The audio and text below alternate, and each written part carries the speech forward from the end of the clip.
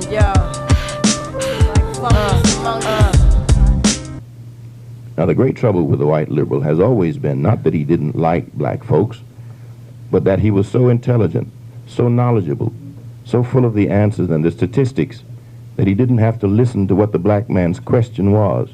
And before we ask the question, he's often running with the solution. And finally, it comes to this: wait, damn it, and let me ask you the question. Don't understand me too soon. Thrusting myself into the skin of a black man, which is, in a sense, presumptuous, but not really presumptuous. Because if I cannot assume the guise, the skin of a black man, then this prevents black men from assuming the guise and the skin of white men.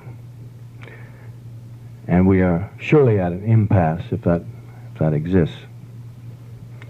Sometimes you hear things that stick with you forever, right? Like one. To understand this, you have to go back to what young brother here referred to as the house Negro and the field Negro, back during slavery. Man, that's what it is. I mean, it's just like President's Day. We ain't never had a president to celebrate. You know, Barack came in, we can celebrate Barack, you know, a little bit, yeah. Finally. Man, you know, I like Barack. I like him because he was black, you know. He was black enough, you know. I mean, he wasn't black enough for my taste, you know. I wish he was a little browner. There was two kinds of slaves. There was the house Negro and the field Negro. The house Negro, they lived in the house with master. They dressed pretty good. They ate good because they ate his food, what he left. They lived in the attic or the basement, but still they lived near their master. And they loved their master more than the master loved himself. They would give their life to save their master's house quicker than the master would. Lace is white color at least, you know. But I was happy for him. I was proud of him and shit. But, you know, his whole 2 terms, America disrespected him. The house Negro, if the master said, we got a good house here, the house Negro say, yeah, we got a good house here. Whenever the master said we, he said we. That's how you can tell a house Negro. They disrespected all of us because the thing about Barack, you know, they called him a nigga every time, the nigga president, the nigga president, the nigga president, and I was highly upset at that. I mean, I was highly upset and they kept calling him a nigga because the whole time he was never a nigga. If the master's house caught on fire, the house Negro would fight harder to put the blaze out than the master would. If the master got sick, the house Negro would say, what's the matter, boss? We sick. We sick.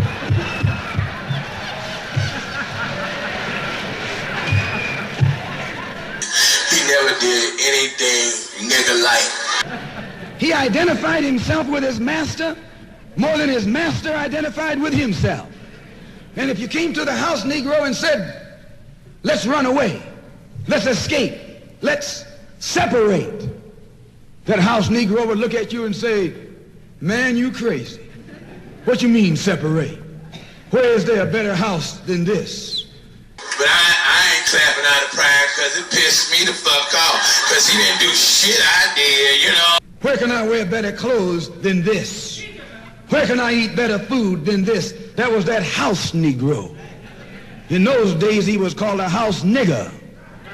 He never fingered Michelle, never cooked no barbecue in the yard. He had a pussy-ass, punk-ass dog. He ain't had no pit or Rottweiler.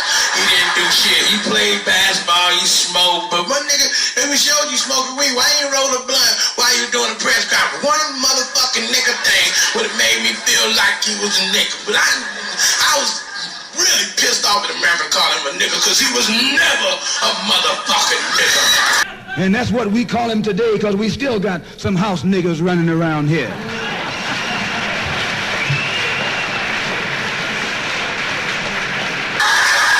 I'll tell you that right now, he was never a nigga I know.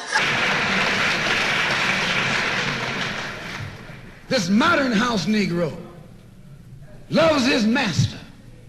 He wants to live near him. He'll pay 3 times as much as the house is worth just to live near his master. Never, nigga. When he walked in that office, he's not a nigga. Hugging his wife, holding her fucking hand. They always in each other's eyes and shit. That is not nigga things. And then brag about, I'm the only Negro out here. But God heard our prayers. God heard our prayers. Thank you, Jesus. Because now we have a real nigga in office. I'm the only one on my job. I'm the only one in this school. You're nothing but a house Negro. Donald Trump is the realest nigga I ever seen in my motherfucking life. You can get mad if you want to. He don't look black. Yeah, he the new kind of nigga. We got burnt almond. We got light skin. We got dark skin. We got purple up in this motherfucking. Now we got a new kind of nigga. A tangerine nigga. Donald Trump is the realest nigga in the game. And if someone come to you right now and say, let's separate, you say the same thing that the house Negro said on the plantation. What you mean separate? From America? This good white man? Him and his wife fought at the inauguration. He turned around and said, bitch, get your act together. Turn back around. Did this motherfucker just check her ass? The day he won? That's nigga shit. Where you gonna get a better job than you get here? I mean, this is what you say. I ain't left nothing in Africa. That's what you say. Why you left your mind in Africa. They fight walking off Air Force One. She walking off. No, nigga, I ain't touching your hand down. I'll be down there, DT. Leave me the fuck alone. On that same plantation, there was the field Negro. The field Negro, those were the masses. There was always more Negroes in the field than there was Negroes in the house. The Negro in the field caught hell. He ate leftovers. In the house, they ate high up on the hog. The Negro in the field didn't get nothing but what was left of the insides of the hog. They call them chitlins nowadays. Now they're like, yo, that's stupid ass. I went acting stupid. I don't know what the fuck to say. In those days, they call them what they were, guts. Donald Trump is a real nigga. He was at a press conference in a foreign country, pushed a prime minister out the way. Move, bitch. That's what you were, a gut eater. And some of you all still gut eaters. What? Nigga, fuck your bitch ass up on this camera. If he ain't no nigga, I don't know what the fuck y'all looking at. Donald Trump a real nigga. And this made me say, damn. If he ain't a real nigga by this, he won with real nigga shit. He'll be on there looking to take care of the country and blah, blah, blah, blah, blah, blah, blah, blah. Donald Trump turned around and said, yeah, I grab a pussy from time to time. The field Negro was beaten from morning till night. He lived in a shack, in a hut. He wore cast-off clothes. And he hated his master. I say he hated his master. He was intelligent. That house Negro loved his master. But that field Negro, remember, they were in the majority. And they hated the master. Real niggas all over the place. Nigga, let me sign this motherfucker shit. This motherfucker gangster as shit. And he's still doing nigga shit. This nigga started shit with Korea. Nigga, you don't fuck with Korea. They make everything.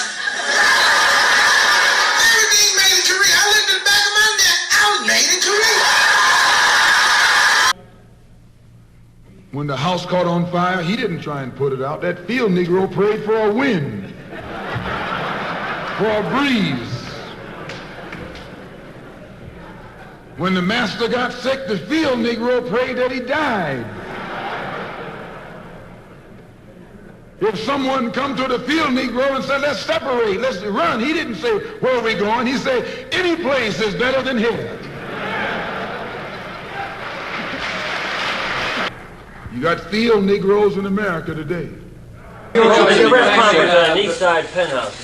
Pardon me? Why do you hold press conferences in penthouses? Aren't they kind of diametrically opposed to what you're talking about? No, because we thought we would come where you fellows live. You see? Huey, are you blaming the Nixon administration or Mr. Hoover's office for the situation that the Panthers are in now? I'm blaming the first and foremost the 76 companies who control Nixon. These are the monopolies or the oligarchy that controls not only the people in this country, but also who runs the empire. Because remember, this is not a nation. It has no right to claim nationalism. It's an international country. Only the international bourgeoisie is in control. We want to transform this into an international socialistic government where the people will be in control. And then when America plans its economy, it will have to plan for the people of the world also, because I might rap to you, but I'm getting a headache now. I'm a field Negro. That he has the most, the Black Luther movement, it was organized in such a way that it attracted the most militant, the most uncompromising, the most fearless, and the youngest of the black people in the United States. That's who went into it. Those who didn't mind dying, they didn't mind making a sacrifice. All they were interested in was freedom and justice and equality, and they would do anything to see that it was brought about. These are the people who have followed him for the past 12 years, and the government knows it. But all of these ultra-militants have been held in check in an organization that doesn't take an active part in anything, and therefore it cannot be a threat to anybody because it's not going to do anything against anybody but itself. I'd like to just mention one thing else quickly, and that is the method that the white man uses, how the white man uses these big guns or Negro leaders against the black revolution. They're not a part of the black revolution. They're used against the black revolution. When Martin Luther King failed to desegregate Albany, Georgia, the civil rights struggle in America reached its low point. And all the speaking that I have done in the United States before varied audiences, including some hostile whites, the only time that I have ever been booed was one night in our regular weekly mass meeting by some angry young men of our movement. I went home that night with an ugly feeling. Selfishly, I thought of my sufferings and sacrifices over the last 12 years. Why would they boo one so close to them? But as I lay awake thinking, I finally came to myself, and I could not for the life of me have less than patience and understanding for those young men. For 12 years, I and others like me had held out radiant promises of progress. I had preached to them about my dream. I had lectured to them about the not too distant day when they would have freedom all here now. I had urged them to have faith in America and in white society. Their hopes had soared. They were now booing me because they felt that we were unable to deliver on our promises. They were booing because we had urged them to have faith in people who had too often proved to be unfaithful. They were now hostile because they were watching the dream that they had so readily accepted turn into a frustrating nightmare. And this situation is all the more ominous in view of the rising expectations of men the world over. Don't you know? The way they threw that bomb in there, they could have thrown it in the Ku Klux Klan house. Why do you want to bomb my house? Why the hell bomb the Klan? I'm going to tell you what. In 1960, in December of 1960, I was in the home of Jeremiah. the minister in Atlanta, Georgia. I'm ashamed to say it, but I'm going to tell you the truth. I sat at the table myself with the heads of the Ku Klux Klan. I sat there myself with the heads of the Ku Klux Klan, who at that time were trying to negotiate with Elijah Muhammad so that they could make available to him a large area of land in Georgia, or I think it was South Carolina. They had some very responsible persons in the government who were involved in it and who were willing to go along with it. They wanted to make this land available to him so that his program of separation would sound more feasible to Negroes and therefore lessen the pressure that the integrationists were putting upon the white man. I said this. I negotiated. I listened to their offers.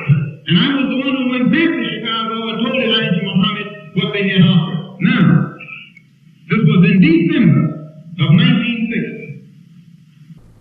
King became bankrupt almost as a leader, plus even financially. The Southern Christian Leadership Conference was in financial trouble, plus it was in trouble, period, with the people when they failed to desegregate Albany, Georgia. I'm running for governor because I want to open the gates wide for everyone in Georgia. I don't want another person, another child, another grandparent to think that this isn't their state, that this isn't their place. I want to be the governor of Georgia who opens those gates wide. No one should feel that they don't belong in our Georgia. That's my vision, a vision of Georgia where everyone is welcome.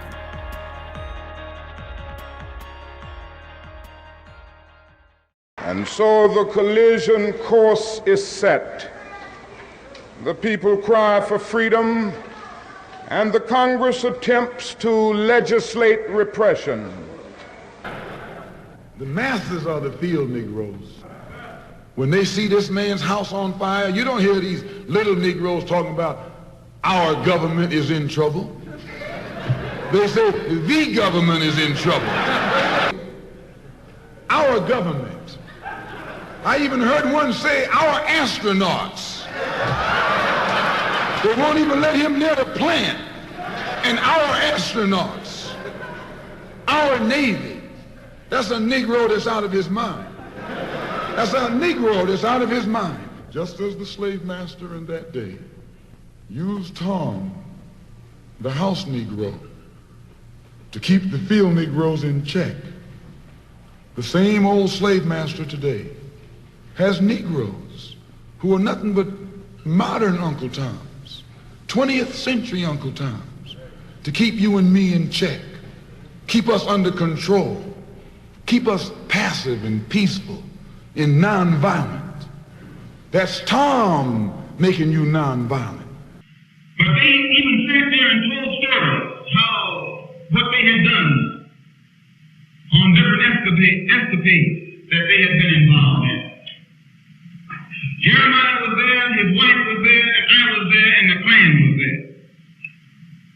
From that day onward, the Klan never interfered with the black Muslim movement in the South. Jeremiah attended Klan rallies, as you read in the front pages of the New York Tribune. They never bothered him, never touched him. They never touched a Muslim, and a Muslim never touched them.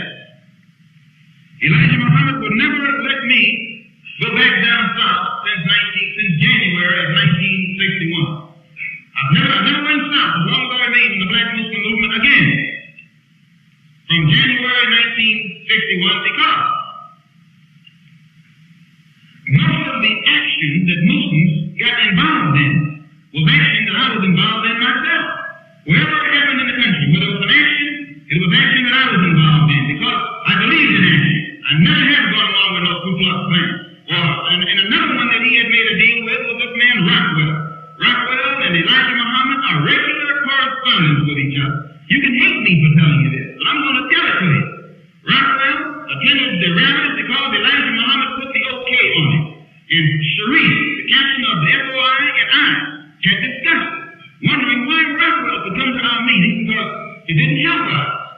But Elijah Muhammad said let him in, so he had to be let in. No one questioned what Elijah Muhammad said. Now, if you doubt that this is true, you get over the back issues of it. That's Tom making you nonviolent.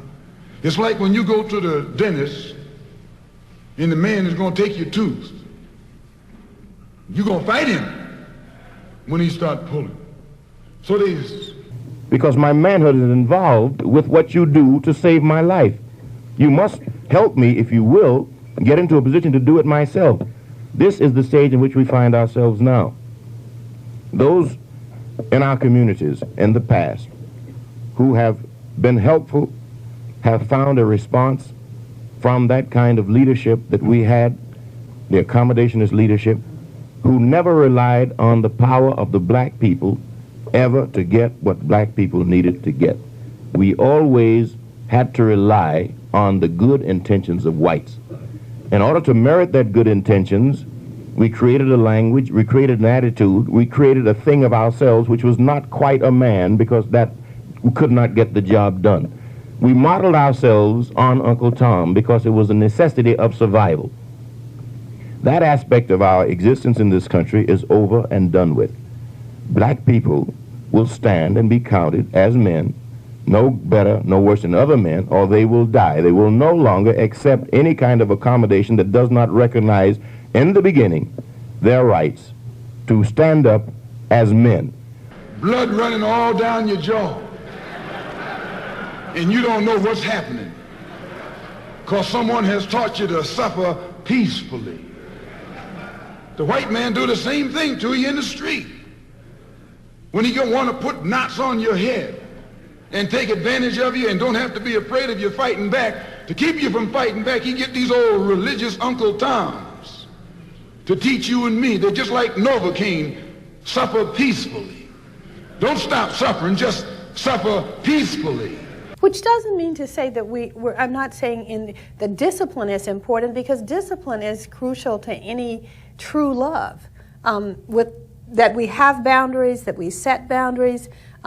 So that I think part of what's happened to us as a nation is we have confused discipline with a kind of blind obedience to authoritarianism, whether it's children to parents or us to a government or a nation that is acting in a way that is autocratic and wrong. So that the book doesn't just try to look at our personal relationship to love, but what's happening to us as a nation as we move away from the kind of ethic of love that many of us felt undergirded all the great social movements, movements for social justice in our society. You say that we really, as a nation and as a society, forgotten what it is to really love, to find true love, and that it's evident in our music. We used to sort of go, let's croon about the moon and June in tune, and now we come up with lyrics from Tina Turner and others. What's love got to do with it? What's love got to do with it? That's right, and that the culture itself has hardened. And especially the youth culture. I mean, one of the things that's so disturbing about gangster rap, and let me say that I'm not attacking all hip-hop, there are lots of forms of hip-hop, but in its most brutal forms, it's anti-erotic, it's anti-female, it's anti-life, it's a cult of death. And one of the passages that I quote often in this book is a passage from the Bible, from the book of John, that says, anyone who does not know love is still in death. And we're at risk at being a culture that cultivates this sort of worship of death. And it is fascinating to me that, when I think about the defining movement for social justice that we had in our culture that rocked the world, it was a civil rights movement. The fact is, there could be no end to apartheid in South Africa today had there not been a civil rights movement in the United States, whether we're talking about Aborigines in Australia or so many people around the world that look to the civil rights and freedom struggle here in the United States as emblematic of justice. But the heart of that movement was an ethics of love, like Thomas More's Care of the Soul, that reach out with broad intellectual concepts to a wide audience. And I particularly take his definition of love as the will to nurture one's own and another's spiritual growth, and link it to Eric Fromm saying, love is a combination of care, knowledge, responsibility, commitment, and trust. Because one of the things that's happened in our culture is we equate love primarily with care. And that's why we can say parents who brutally beat their kids but who still love them. Because I look at my own childhood and I say in the book again and again, my parents cared for me deeply. But they also wounded me in ways that were violating, wounded my spirit. And I think that I would be a different person today had they not given me care, because I've met lots of adults who didn't get care, but I did not feel loved. Can you hear me in the back? I don't know if the Klan is in here tonight or not with all the trouble we're having with these microphones.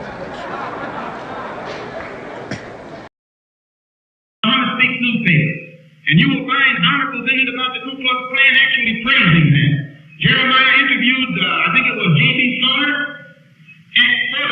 for the Muslim newspaper, and the old devil even gave him a contribution that he reported about in that paper. Sure he did. When the brothers in Monroe, Louisiana were involved in trouble with the police, if you recall, Elijah Muhammad got old Venable. Venable is the Ku Klux Klan lawyer. He's the Ku Klux Klan chieftain, according to the Saturday Evening Post that was off on the witness stand. Go back and read the papers, and you'll see that Venable is the one who represented the black Muslim movement in Louisiana. Now, brothers and sisters, until 1960, until just before Elijah Muhammad went to the East, there was not a better organization among black people in this country than the Muslim movement. It was militant. It made the whole struggle of the black man in this country pick up momentum because of the unity, the militancy, the tendency to be uncompromising. All of these images created by the Muslim movement lent weight to the struggle of the black man in this country against oppression. But after 1960, after Elijah Muhammad, he was over there in December of 59, and he came back in January of 60. When he came back, the whole trend or direction that it formerly had taken began to change. And in that change, there's a whole lot of other things that had come into the picture, but he began to be more mercenary, more interested in money, more interested in wealth, more interested in girls. As I was about to say, seldom, if ever, has such a diverse and truly ecumenical gathering convened under the aegis of politics in our nation. We say that in the first place that we're a colonized people, and even though we're colonized not in a classical sense, because we're a colony brought home to the mother country, but we're colonized nevertheless. We have come from Appalachian poverty and from conscience-stricken wealth, but we have come. And we have come here because we shared a common concern for the moral health of our nation.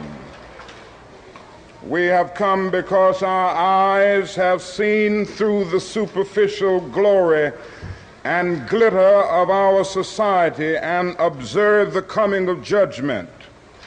Like the prophet of old, we have read the handwriting on the wall. We have seen our nation weighed in the balance of history and found wanting. Thank you so much, Mr. Chairman. This is my first time serving as a ranking member of a subcommittee during a hearing, and I am grateful to be here today. I look forward to working with you and the rest of this committee on behalf of the American people. We have come because we see this as a dark hour in the affairs of men. For most of us, this is a new mood. We are traditionally the idealists. We are the marchers from Mississippi and Selma and Washington, who staked our lives on the American dream during the first half of this decade. Many assembled here campaigned assiduously for Lyndon Johnson in 1964 because we could not stand idly by and watch our nation contaminated by the 18th century policies of Goldwaterism. We were the hardcore activists who were willing to believe that Southerners could be reconstructed in the constitutional image. We were the dreamers of a dream, that dark yesterdays of man's inhumanity to man would soon be transformed into bright tomorrows of justice. Now it is hard to escape the disillusionment of betrayal. Our hopes have been blasted and our dreams have been shattered. We can talk a long time, but I'm going to really be brief today. I want to ask you a question, and that is, what is in your life's blueprint? This is the most important and crucial period of your lives, for what you do now and what you decide now at this age may well determine which way your life shall go. And when you discover what you're going to be in life, set out to do it as if God Almighty called you at this particular moment in history to do it. Before I was elected to Congress or to the Texas House of Representatives, I was a public defender and civil rights attorney by trade. I know about the Department of Justice and what they're supposed to be doing. I am also very concerned by a rogue DOJ, or one that is not beholden to the American people. I am very concerned about the DOJ being weaponized by the White House.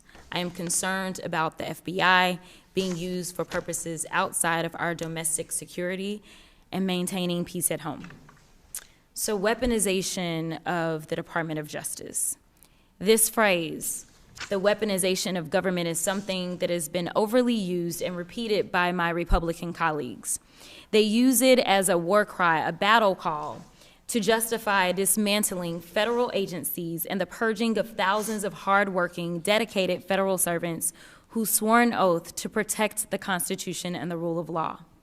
If the purpose of this hearing today is to examine and expose the weaponization of government, specifically the weaponization of Department of Justice, then it is essential that we understand what exactly weaponization means. Fortunately, history is kind to us. Last Congress, the House Judiciary Committee held numerous hearings on this notion of weaponization.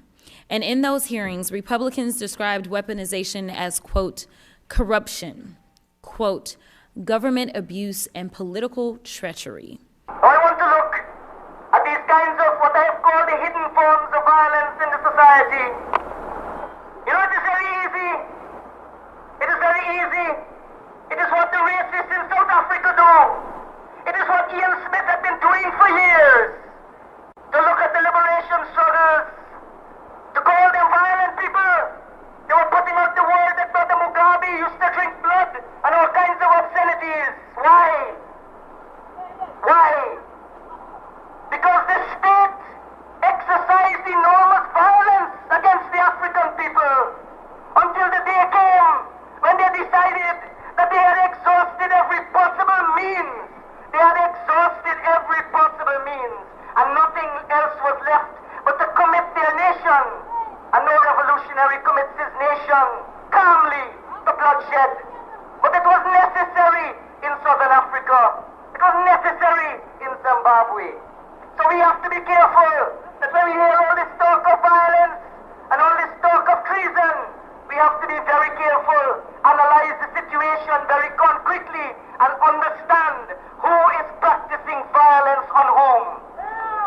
having the government act, quote, against people who were innocent and did nothing wrong, quote, targeting people of one political persuasion.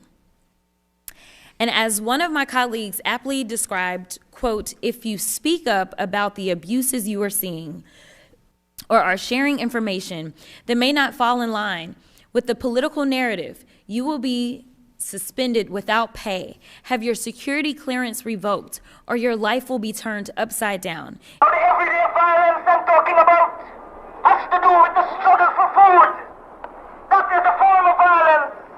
It is violent when a mother wakes up in the morning and cannot find food to feed her children. It is the most obscene form of violence. When that mother has to go and join those enormous lines in Georgetown and throughout the country, trying to find ordinary items of food to feed the children and the family. This is an enormous kind of violence. It's pretty clear that the MO is, if you don't comply, they will retaliate. They do it in such a way to deter others from speaking up and speaking out. These are not my words. These are not the words of Ranking Member Raskin or Leader Jeffries. These are the words of congressional Republicans. This is what they believe embodies weaponization.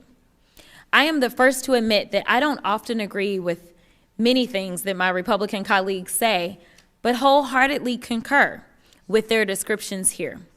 What concerns me, however, is the inability of my colleagues on the other side to connect the dots that are in front of them, while the rest of America is watching as this DOJ weaponization takes hold right before our eyes.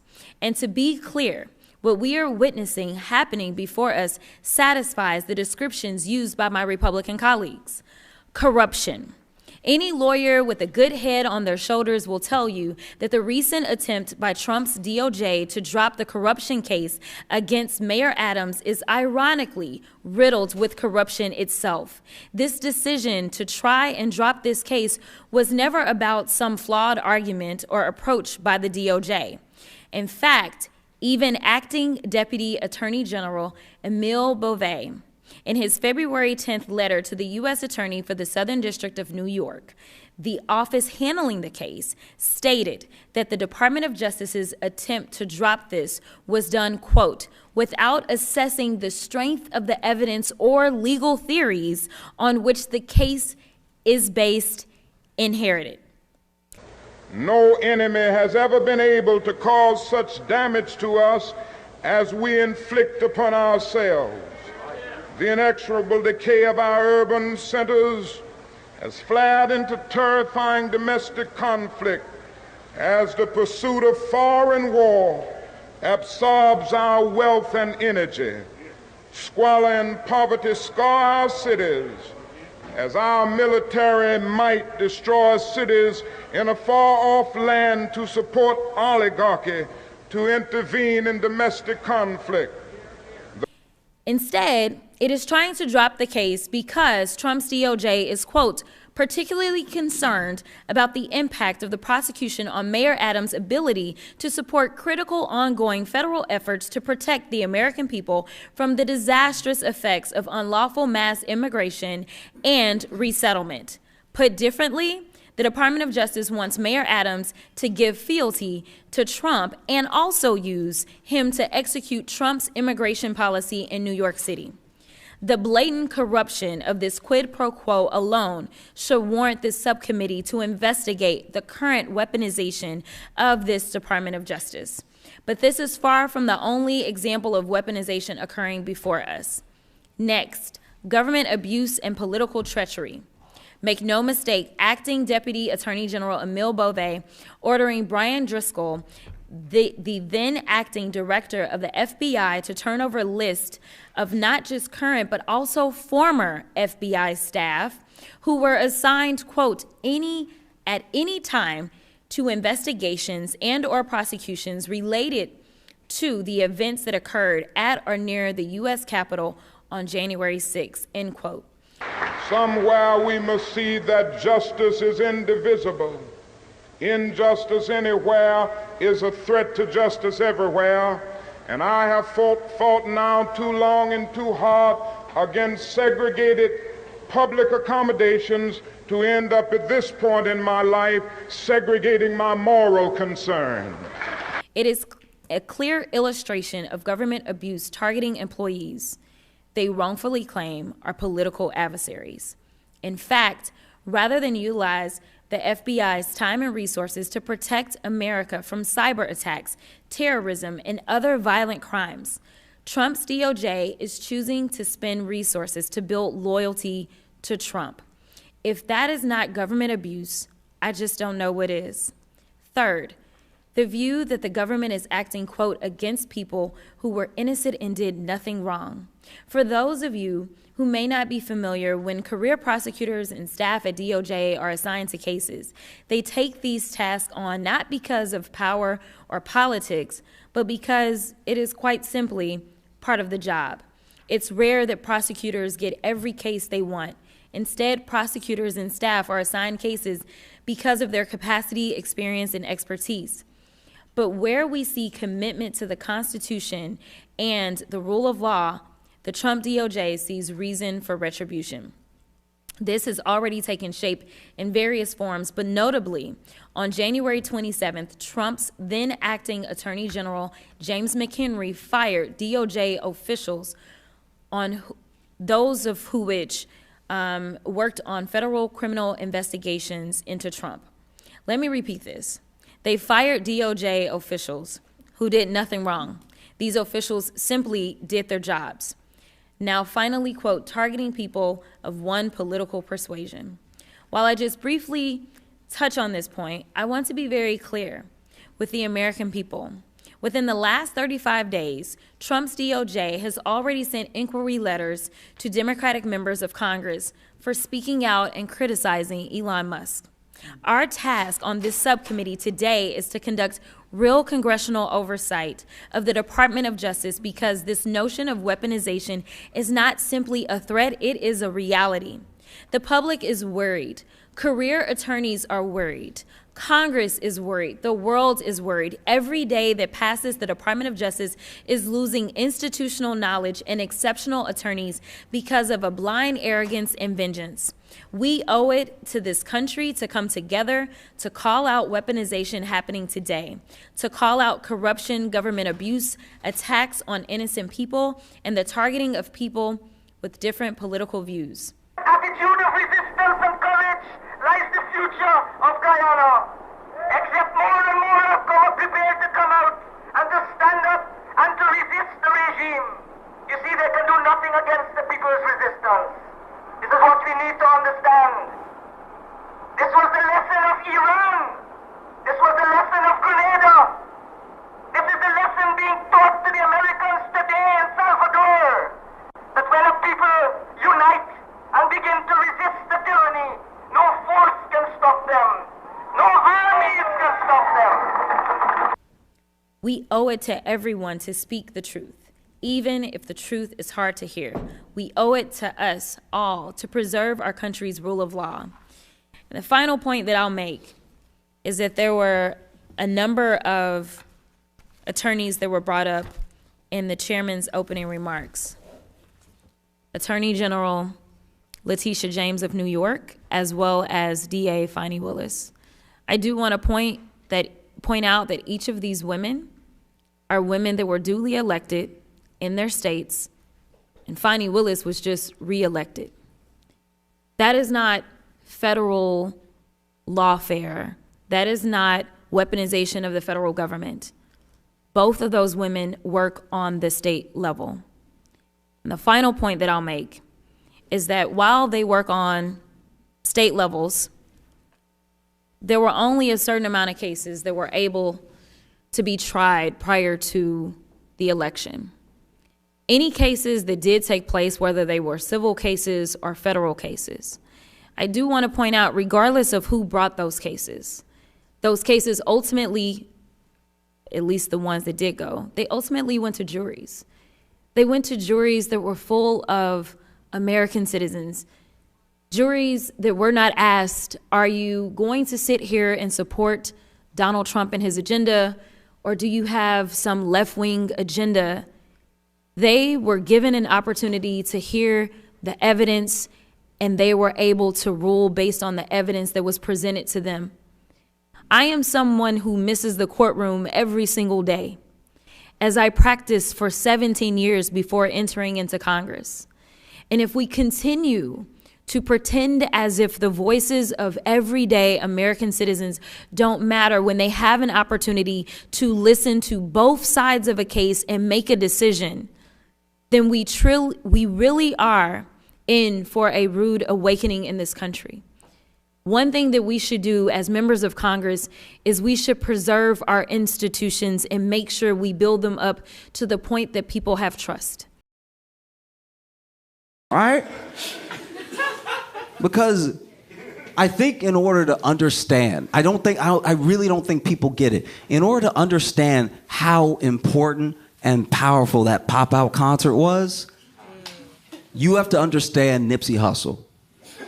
Okay? Nipsey Hussle was a rapper that a lot of people, at least as many people as I think should know, don't know. But what is one of the most important things about Nipsey Hussle, and what he would probably want you to know about him and remember about him, besides the fact that he was a phenomenal artist, is that he spent his time, his money, his attention, and all of his intention in improving the lives of the people that grew up around him, improving his community. Okay? My real name, it means God will rise. It's Ermias, though. That's how you say it. Oh, that's how you say it? Ermias? Ermias, yeah. Ermias. Yeah. How do you say your last name? Ascadon. My name is Nipsey Hussle. I'm a rap artist, an entrepreneur, a author, producer, and, you know, a radical. It's my area. This is where I grew up at. It's really like where I spent a lot of my time as a youth. Our neighborhood basically go from like Slauson to Florence. A lot of people got killed out here on these streets, right here on 63rd, Victoria, Hyde Park, Briarhurst. Success to me, I say it a lot, it's just being able to do what you love to do and support yourself off of it. Live your dream and do what you love to do every day. So I'm successful in my eyes, because I don't sell dope, I don't go to work, man, I do music and I love to do it. I used to try to go get a job early when I first came into like being a teenager. And when I started getting doors closed on me, I just was like, well, I'm gonna do like everybody else and I'm gonna pop my trunk. I saw examples of it in different categories and felt automatically when I got to the age of wanting to become self-made or support my own ambitions, you know that's the step. What jobs did you have? Bro, the first job I had, I shined shoes. I think I was 11, 12 years old. So there was a spot called Chamber Shoe Shine. And I just went in there, I'm like, look, I want to work, man. I'm young, you know, I come every day, I show up early, I need a job. And dude gave me a shot. And I was making like $90 a day. And I worked 6 days a week. And I was selling candy at the shoe shine spot also. Go to the 99-cent store, you get like $3, $4 candy bars. You sell them for $1, you triple up whatever you spend. The guys at the shoe shine, they didn't mind it? Nah, they encouraged it. They laughed at me because I was young, but they was like, dude got a hustler spirit. And I did everything with my process, point A to point Z. I went out and made the relationships with the producers. I took the music into my house, imported it into Pro Tools, graded the shit out, recorded myself, ran from the Pro Tools to the mic and back and forth, bounced it down, burnt it on CD, took it into the street, promoted myself, sold it myself, went to these meetings, articulated my vision to the label, signed the deal, put my first foot forward to the street with my mixtape series. This was all me. So if my engineer tell me, oh, we can't do that, I engineer, my nigga, so you get out the seat, let me take care of that. Or if my team say, oh, that's not gonna work. If you go to Queens or Manhattan or Brooklyn and you wanna go to every high school and surround their high schools and really do grassroots promotion, oh, that's not gonna connect. Well, you don't do it, then I'll do it, because I've done this and I know the effect it has. And to really look at every aspect of the business to try to get home. This is my responsibility. I got them over here, I'm gonna get them back. I was ready to threw myself in. I just couldn't handle the pressure anymore because it was performing and on the payrolls, trying to book and everything else. So it just, I think when people to think about taking their own life, it's not about, it's just about 15 minutes apiece. You know, you get some rest for a while. And all of them, come on, man. You know, it's doing your homework, man. That's all I can say. Prepare yourself, because my thing was, my biggest fear, and I don't play with that word at all, was to get a great opportunity that I'm not prepared for. So when Frank Sinatra called me, man, I was ready for him. I'm telling you. And he tests me. Ray Charles too, because those guys are rough, man. Billy Eckstine, Ray Charles, Frank Sinatra, they will kick your booty, you know.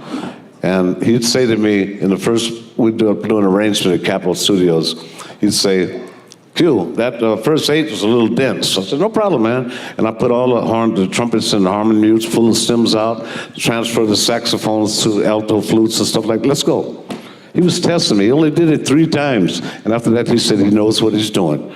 And because I was ready for it. And that's the biggest compliment, man, and accomplishment you can have in your life, is to say, I got my stuff together. I got my shit together. You have to have it together, man. You do. This dude would pay for shoes for kids in elementary school that didn't have them. He would get repaved basketball courts that were in disarray, right? He would pay and help raise funds for funerals of victims and their families of gun violence, right? And this is all in his neighborhood. So the same way that people come up, he tried to bring everybody with him. How did you make that transition from the gang member Nipsey Hussle to the entrepreneur, the artist, the father that you are? How did you make that transition? I had some situations in my life that, you know, you get wake-up calls. You know what I mean? You go through close calls and things where you get kind of close to feeling like you're going to throw your stuff away. Excuse me. Yeah, you know what I mean? You can cuss. Oh, all right. Well, yeah, I feel like you're going to throw your shit away. You know what I'm saying? Yeah, say what you shit. What do you mean? Your freedom, you know, your life, your opportunity, you know what I mean?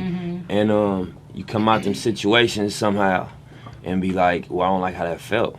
You know, when you looking at it, when you got your feet on in them shoes, it's different than being aware of what could happen and being in a situation where it's happening. You know what I mean? Like, you in jail, you ain't got no bail. Not that you don't got the bail money, you just don't got bail because of your case. And if you don't beat your case, you about to go on that long road. And then you end up beating it, you know what I mean? Or you be in tight situations where everybody you was around end up washed up or, you know, dead, you know what I mean? Seeing death up close, people you was just with, you know what I mean? Places you just was on your way to. And, you know, reality kick in after a while. And you're gonna lay in the bed you make. So I knew that wasn't what I wanted as far as a final destination. Right. So I just started taking steps toward what I was passionate about, which was the music. Right. And then doors start opening. I start seeing the results of them steps, and I just followed the positivity. Yeah, you know what I mean? Yeah, no, you gotta redefine everything, and that's the hard part too. Yeah, and since you've been out, I will commend you because you didn't just get out and just say I'm out and I'm good. Can you explain what Vector 90 is to us? Because you go back and now you're trying to help out in your own community. Well, yeah, I wouldn't say I'm out of my community. I never was. No, I mean out of the gang. Yeah, I'm not out the gang. You know what I'm saying? Real? Nah, you don't get out of a gang. Truthfully, you just you redirect your energy. You know what I'm saying? Wow. So I'm not a gang banger. But you still rolling 60s. Yeah, that ain't nothing you gonna ever put down because if you ever put it down, you never was a part of it. For never real. was really down. Yeah, that ain't how it works. You don't just hang up your rag and say I'm not from this community no more. But at the same time, you know, demonstrations speak louder than conversation. Mm-hmm. So I ain't in cars going on missions no more. I ain't in the spot. You know what I mean? I'm on a radio run, dropping my album, you know what I mean? Shooting videos, building businesses, employing my homeboys, you know what I mean, and paying taxes. Yeah. You know You ain't used to that, up there. So when you have a concert like that, right? When you have a concert that's a day of liberation and you've grabbed all of these different sections out of LA, like you gotta understand what it is for some of these people to be in the same room. By any other metric of any other time, they would be in the streets killing each other. And now they're all inside in one place right now, right? So I think that's what got so many people so emotional about that moment when they were all on stage together dancing. dancing together, dancing the way, and I understand that there are lots of black people who don't have the take that I have about it, that think that any mention or any semblance of gang culture shouldn't be equated to any part of blackness, and I understand that, but I'm saying we are where we are, right? Those are black people, and yes, they've been in situations and they've been in conditions where they are gang members, but if you have a day like the Pop-Out concert, and you have another day like the Pop-Out concert, you have another day like the Pop-Out concert, all of a sudden, all this stuff, it just disintegrates. Do you know what I mean? It's all about a future, right? You had more gang members than any of, we do not know how many gang members were on that stage, but they were all dancing together. And sure, it was to call Drake a pedophile. I understand that. I understand. But they had to dance to something, right? And so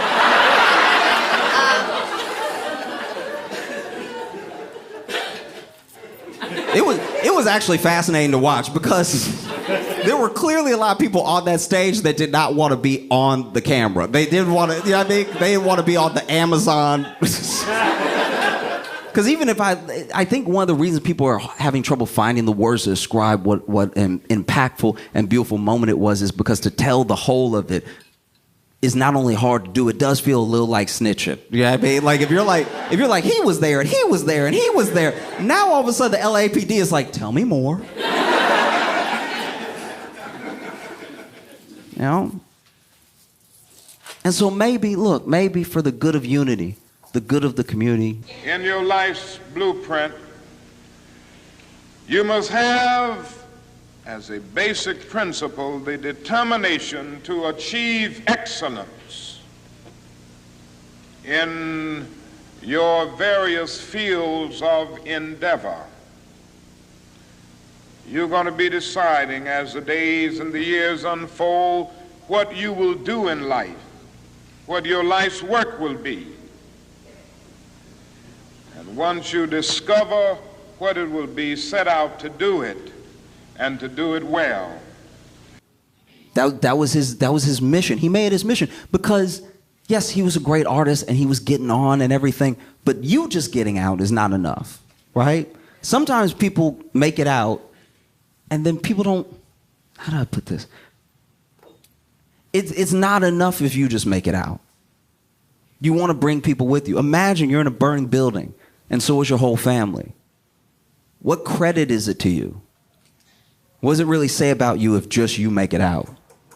It means you ran out and you left everybody else. And Nipsey was like, I will die in a burning building if it means I get as many people out as possible, right? And so let us stand in this convention knowing that on some positions, cowardice asks the question, is it safe?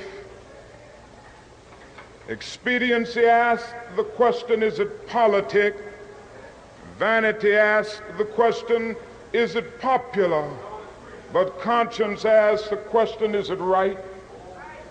And on some positions, it is necessary for the moral individual to take a stand that is neither safe, nor politic, nor popular, but he must do it because it is right. So, man, what brings you up here, up and coming, and, you know, how come you're not blinging and having all kind of crazy diamonds and all that? I guess you're here to get your money right, huh? All the time. I mean, you know, all that is cool for the image and all that, but all them is liabilities, you feel me? I'd rather invest in some real estate, you know what I'm saying? Something wait, can you repeat that again, man? You're up and coming artist. What did you say you want to do? I say invest in some assets as opposed to trick off my money on some liabilities like diamonds. You know what I'm saying? Cars that lose value as soon as you drive them off the lot. So you're trying to get land. Exactly, homie. A real asset. Take care of my peoples, cause you know it look good, but at the end of the day, you losing value, homie. It ain't appreciating. It's depreciating. And whenever a building is constructed, you usually have an architect who draws a blueprint. And that blueprint serves as the pattern, as the guide, as the model for those who are to build the building. And a building is not well erected without a good, sound, and solid blueprint. Off to the homies and impress them with their riches. I mean, what do you think is how do we get that out of that mindset? Man, I feel like that's insecurity. Material things ain't nothing, you feel me? At the end of the day, it's who you is, you know? You wasn't born with it, you gonna die without it. So if you feel you need some diamonds or some jewelry to get at a female, it's because you feel you lack something within yourself, you know what I mean? Black and white are still perishing on a lonely island of poverty in the midst of a vast ocean of material prosperity. You have a couple of businesses, right? Most definitely. Most definitely. Like Yeah. you're a hair salon owner. Not a salon. We got a company called Elite Hair. And my brother came home as well and had the same curiosity about that game and just, you know, put together a bag and went out there and, you know, invested. And you still got it popping. 100%. Yeah, it's right on. What happens to a dream deferred? It leads to bewildering frustration and corroding bitterness. When I began writing this book, I went back to Martin Luther King's Strength to Love, which was such a marvelous book. And he was one of the first leaders in our society to really talk about love not as a sentimental emotion. You know, many of my readers, my bell hooks readers who are used to the hard-hitting, you know, social... Feminist. Exactly, have said to me, well, why love? And people have said to me, we hope we're not going to lose that, you know, that biting intervention. And I said, but to talk about love and the relationship between love and ending domination, whether we're talking about racism, homophobia, class elitism, because a lot of the book talks about greed and how greed has made us less loving as a nation. I mean, why do we think welfare is bad? We should be triumphing as a nation that we have the resources at our disposal to provide for people in love. You say there that we now embrace the reform of welfare, not on the basis that there was needed compassion. We use welfare abuse as the excuse to cover up the fact that we've lost our compassion for those who are have-nots. Exactly. I mean, I have been so disturbed by seeing so many people of my generation who came out of radical thinking into a kind of thinking that says, we can't give to others. People only appreciate what they work for. Or there's a lack of compassion, a hardening of the heart.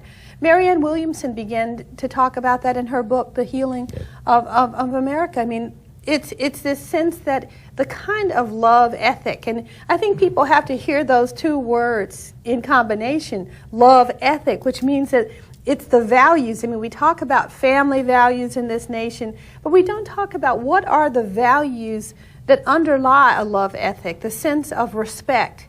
I mean, I say to people, well, love has to do with respect. When we look at children, particularly the violence of children against children in our nation right now, part of what we're seeing is a lack of care, a lack of respect, a lack of understanding. We're seeing envy. I mean, envy is a crucial emotion connected to greed, and that you want to destroy what you envy when you have a 10-year-old kid wanting to destroy another kid because that kid is more popular, or that is something deep and profound. That is a deep and profound lovelessness. And we can't just talk about it in relationship to what parents are doing.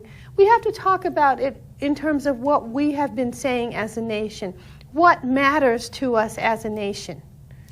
The great masses of people are determined to end the exploitation of their races and lands. And in one majestic chorus, they are singing in the words of our freedom song, "Ain't gonna let nobody turn us around." Deep rumblings that we hear today, the rumbling of discontent, is the thunder of disinherited masses rising from dungeons of oppression to the bright hills of freedom. And I say to you, my young friends, that doors are opening to each of you. Doors of opportunity are opening to each of you that were not open to your mothers and to your fathers. And the great challenge facing you is to be ready to enter these doors as they open. Ralph Waldo Emerson, the great essayist, said in a lecture back in 1871 that if a man can write a better book or preach a better sermon or make a better mousetrap than his neighbor, even if he builds his house in the woods, the world will make a beaten path to his door. That hadn't always been true, but it will become increasingly true. And so I would urge you to study hard, to burn the midnight oil. I would say to you, don't drop out of school, and I understand all of the sociological reasons why we often drop out of school. But I urge you, in spite of your economic plight, in spite of the situation that you are forced to live so often with intolerable conditions, stay in school. Now, everybody on Bitcoin now, you mentioned it a couple of times already, but you've been on cryptocurrency. You know, what's crazy, y'all remember I got into it with Complex a while ago? Yeah. And I got upset because they put me on an underachiever list. You said Mark Echo, actually. Yeah. I had a meeting. Karen Civil set up a meeting with Mark Echo because he owned Complex. And so I went up there, and they we had a long convo, and after we got everything out the way, we just started popping it to each other. And he was like, you know, I was telling him about my concept for the Marathon store. I'm like, I want to have 10 stores in America. I want to have a retail network like Apple. I could drop my albums in my own stores. I could control the aesthetic and the environment. I could surround niggas with products. He like, yeah, that's cool, but look into e-commerce. He basically shitted on the whole idea, like, fuck a store. He like, It's a lot of overhead. yeah, it's, you know, everything's shifting toward e-commerce. And he was like, and look into Bitcoin. I was like, 13. Wow. So after that, I start researching and just doing my education on it. And, you know, I invested late into Bitcoin, but I was aware of it for a long time. Right. But, you know, since then, I've invested into a company called Followcoin, which is a cryptocurrency application, and another one called Vest. So, you know, we in the space. How was it? I wish that I could say that this is just a passing phase in the cycle of our nation's life. Certainly times of war, times of reaction throughout the society. But I suspect that we are now experiencing the coming to the surface of a triple-pronged sickness that has been lurking within our body politic from its very beginning. That is the sickness of racism, excessive materialism, and militarism. Not only is this our nation's dilemma, it is the plague of Western civilization. A true revolution of values will soon look uneasily on the glaring contrast of poverty and wealth. With righteous indignation, it will look at thousands of working people displaced from their jobs with reduced income as a result of automation, while the profits of the employers remain intact, and say this is not just. It will look across the oceans and see individual capitalists of the West investing huge sums of money in Asia and Africa, only to take the profits out with no concern for the social betterment of the countries, and say this is not just. It will look at our alliance with the landed gentry of Latin America and say this is not just. A true revolution of values will lay hands on the world order and say of war, this way of settling differences is not just. And we say to our nation tonight, we say to our government, we even say to our FBI, we will not be harassed. We will not make a butchery of our conscience. We will not be intimidated, and we will be heard. Now, each of you is in the process of building the structure of your lives. And the question is whether you have a proper, a solid, and a sound blueprint. And I want to suggest some of the things that should be in your life's blueprint. As early as 1906, W.E.B. Du Bois prophesied that the problem of the 20th century will be the problem of the color line. Now, as we stand 2/3 into this crucial period of history, we know full well that racism is still that hound of hell which dogs the tracks of our civilization. Democracy has so disappeared in the United States that there are some subjects that cannot even be discussed. The essence of the democratic process is free discussion. There was a time when men were not allowed to talk about universal suffrage, or the education of women, or freedom for Negro slaves. Today, communism is the dirty word, and socialism is suspect. I often refer to my education in democracy. In the little New England town where I was born, we had a high school of about 25 pupils. I entered it in 1880 at the age of 12. As I attended the town meeting annually in the spring, there used regularly to appear one of the dirtiest old men I ever saw. He was fat and greasy, and every year he made a fierce attack on wasting his taxes on a high school. I was always furious. I wondered why the citizens sat silent and let him rant. But they did, and then quietly they voted the money for the high school. There I learned my lesson in democracy.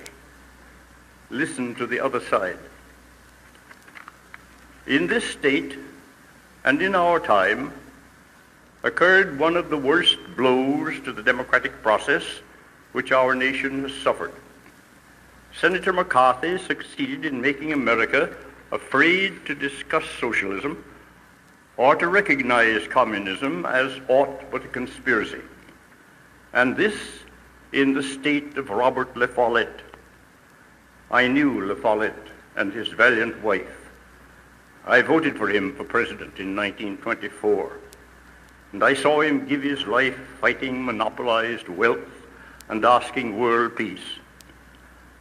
My own work at the time was trying to secure freedom and equality for American Negroes. For a quarter of a century, I edited a little monthly magazine, The Crisis. And despite opposition, I spoke plainly. I was criticized as being bitter, as seeking not simply political but social equality for Negroes, for favoring the teachings of Karl Marx, and for joining the Socialist Party. These accusations were true. But largely as a result of my work and the work of others, the Negro made progress toward equal citizenship. Progress, but not complete success. The collapse of the capitalist system after the First World War brought poverty, unemployment, and distress worse than America had ever seen. And then came a surge toward socialism called the New Deal. The nation relieved distress, built public works, helped agricultural trade, encouraged literature and art. It joined the Soviet Union in overthrowing Hitler, Mussolini, and Japan, and in forming the United Nations to avoid future war. With the death of Roosevelt came reaction. The United States not only stopped progress toward socialism, but ceased to discuss or study it, and came to regard the object of socialism and communism as a crime.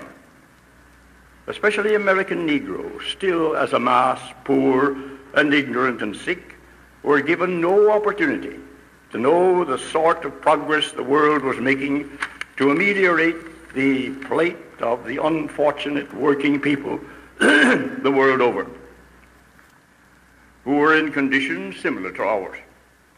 American Negroes were not socialists. They did not know what communism was doing or trying to do, but they knew that Negro education must be better, that Negroes must have better opportunity to work and to receive a wage which would let them enjoy a decent standard of life.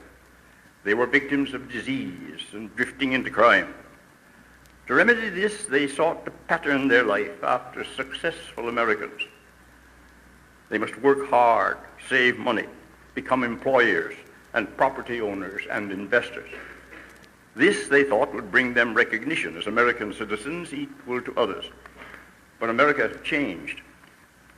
There was still a chance for some to rise and get rich, but the working classes were no longer generally able to buy land.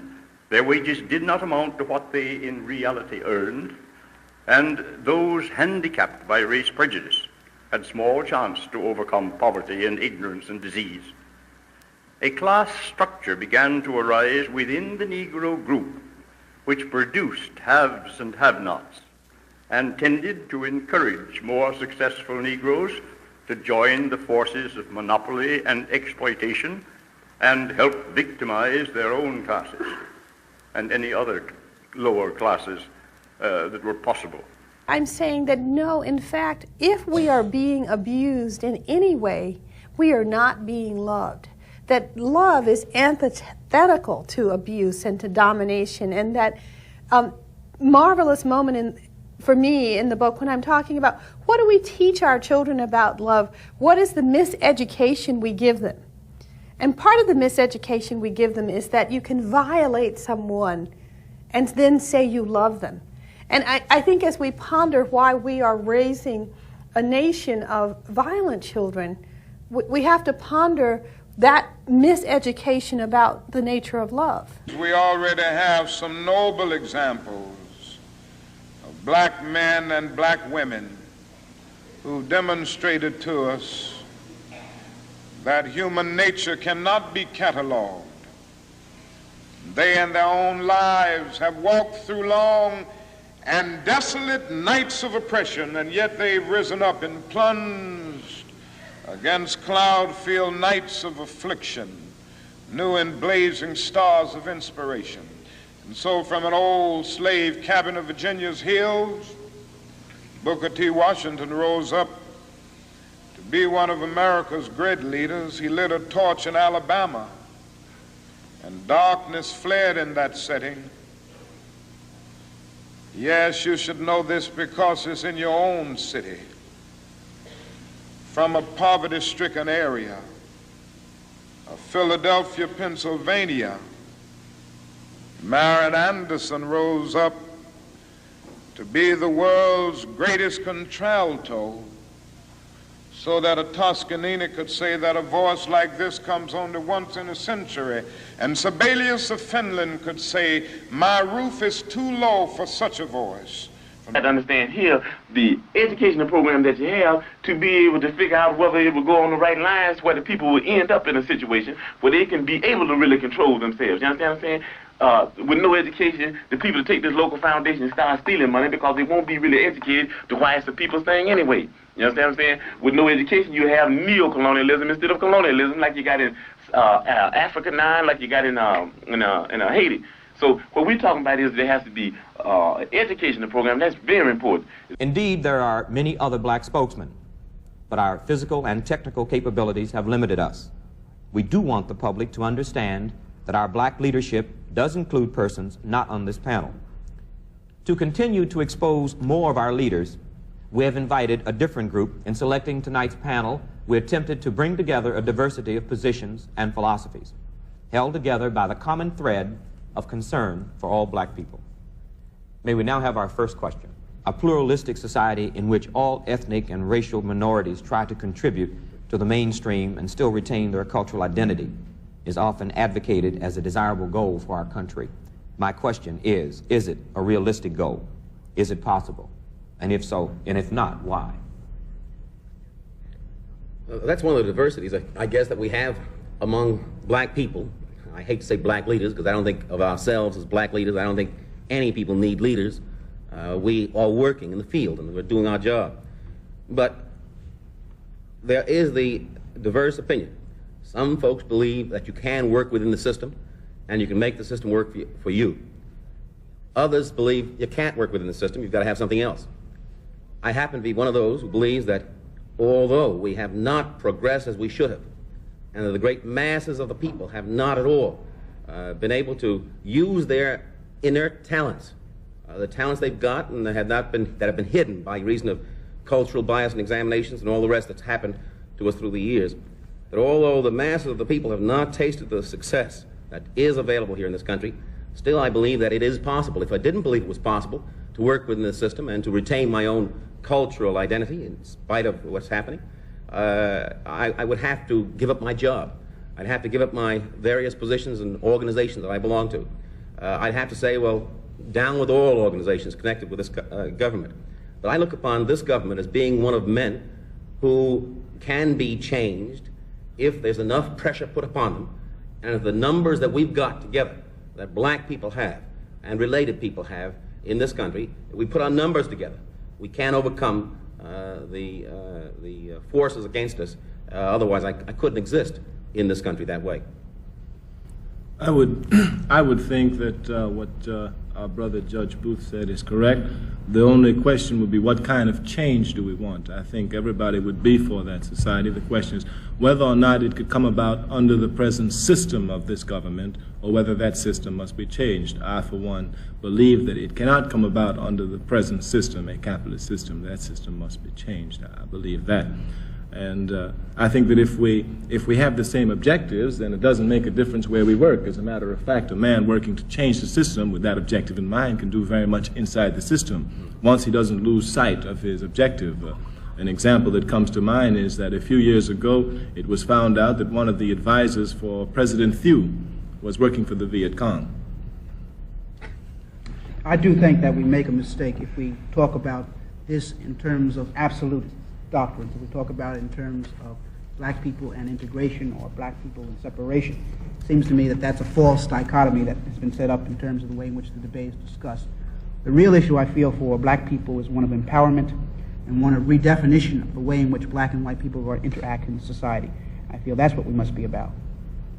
Well, I think that if you consider the fact that this system, this capitalist system under which we're living today, is designed in such a way that nobody except a privileged few can attempt to express themselves or contribute to anything, there's no doubt about the fact that we have to talk about revolutionizing the system before anybody can live in any kind of human fashion together. I would just like to point out the fact that I have seen with my eyes societies where people of different colors have learned how to live together, each maintaining their own cultural identity, but each fighting to build and to continue to construct a socialist revolution together. I was in Cuba not very long ago, and I saw with my own eyes how black people, brown people, and white people have reached the point where they can work in harmony towards the building of a socialist society. Any other responses? Let me just maybe add to what Brother Brown said over there just a moment ago. I think the key question is that certainly it's a good idea to work toward a total input by all I suppose, ethnic groups in our society, blacks and what have you. But the key thing is whether or not you have a sufficient amount of power within yourself to affect the system when the system is working against your vested interest. In school some years ago, we were taught to think of America as a melting pot, and I think the current administration has proven that there are ethnics who are unmeltable, because even though they are invisible, they are still there to identify with their own vested interests as a people. I think as black people, we've got to become concerned, first of all, with what our vested interest is in either preserving the system or changing the system. And once we make that determination, then the direction that we have to take is clear for us. For instance, if you look at the various arms or branches of government, they represent different interests. yet there is none that represents our interests. For instance, the business interest is represented by a branch. You will never find that branch, going contrary to what the interest of business happens to be. Yet there's the labor interest, and only here lately have we found some differences there. But every segment of our society that represents a power, lever is represented there, except people, and particularly black people. And I think we should be about the business of coming together, not in specifics as to what our interests and goals are, but certainly in generalities in terms of what we need to exist in this society. Let me ask a question about your comment. Would it be correct to infer from your comments that you would suggest some attachment of a power mechanism for black people to the governmental apparatus as a solution to the empowerment of black people? No, I think what I'm getting at is the acquiring of power within the black people themselves to affect the system in any way it needs to be affected in order to produce on behalf of the interests of black people. I'm not saying we should have a black agency. That's not what I was referring at all. I'm saying that every other ethnic group in our society has, by some means or other, acquired the power to move out of their depressed or oppressed situation, with the exception of black and brown. I think what I'm saying is that whatever that power has to be to move the government or move local structures, that's what we need to be about. And I think the vested interest should be the basis of our movement. And what would it mean for us as a nation to start off feeling that love is important for males as much as it is for females? Because deeply embedded in our national psyche is an assumption that love can't be important to men. How will men go and fight wars if they are dedicated to love? And until we begin to recognize that love has to be essential to men if we're going to end sexism, if men are going to reclaim the spaces where they can be connected to their feelings, to their fathers, to their mothers in different kinds of ways.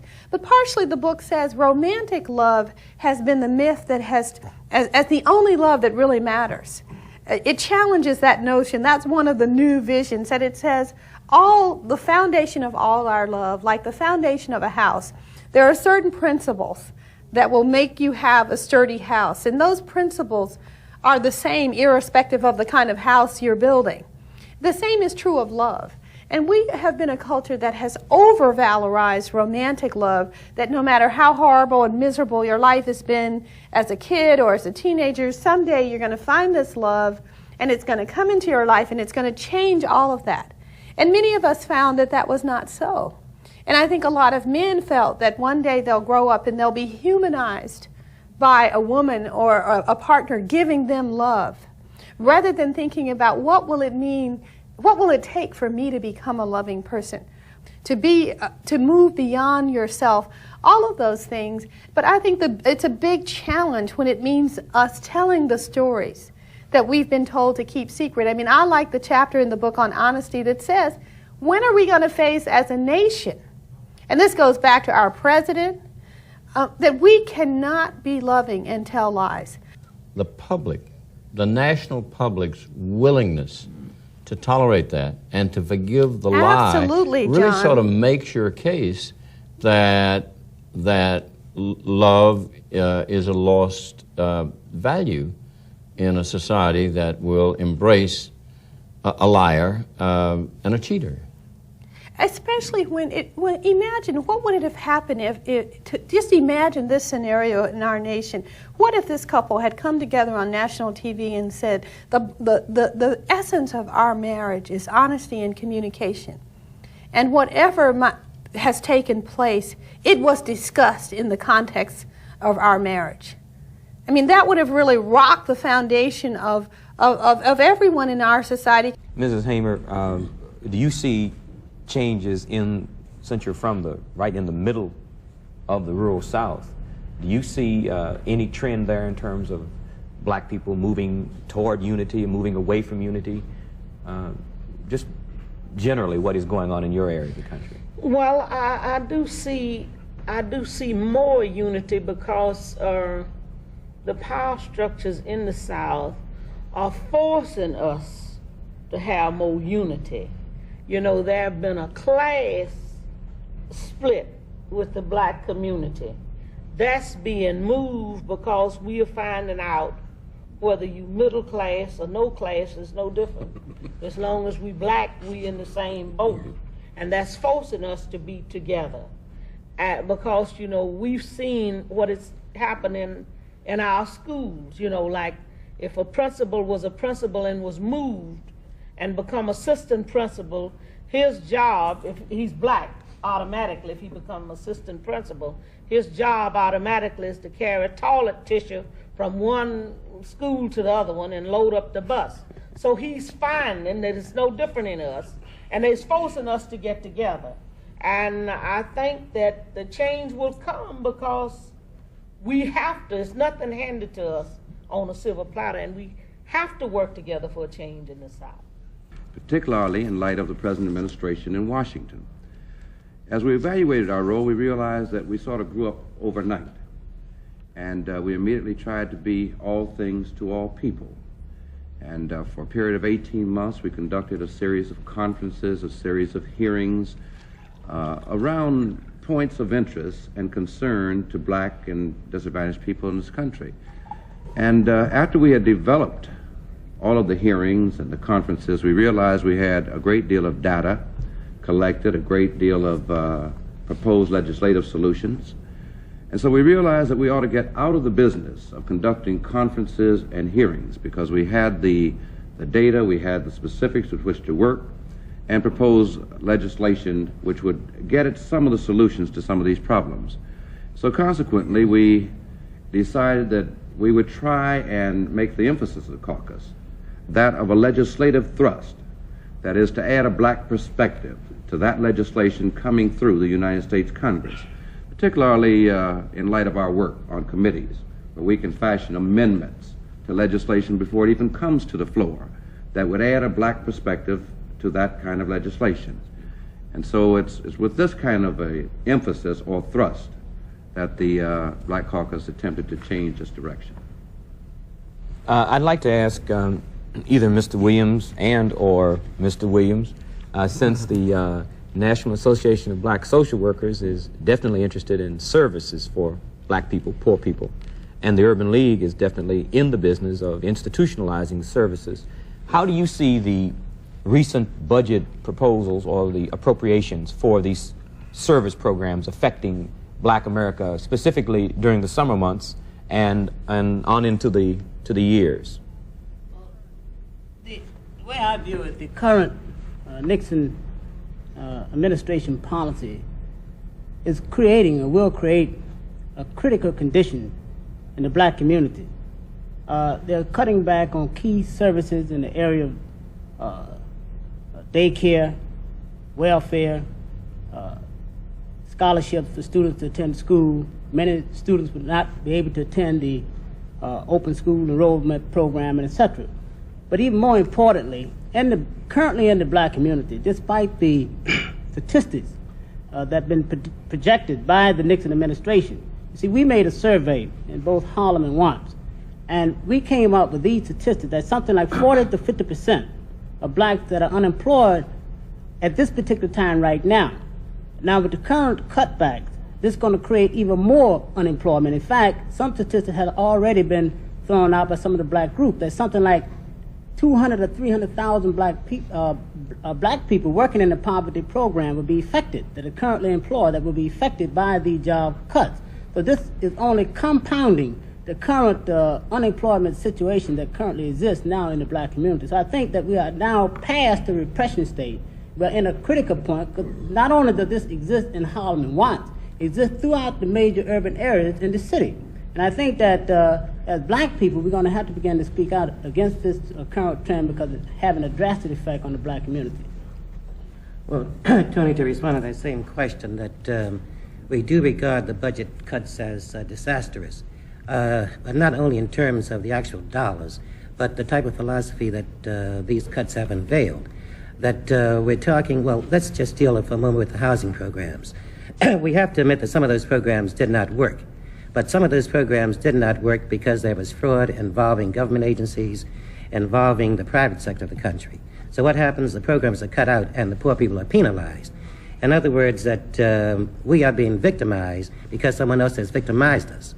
And the whole question of the cuts deals with the type of philosophy that says the country has done enough for poor people, so now we'll move on to something else.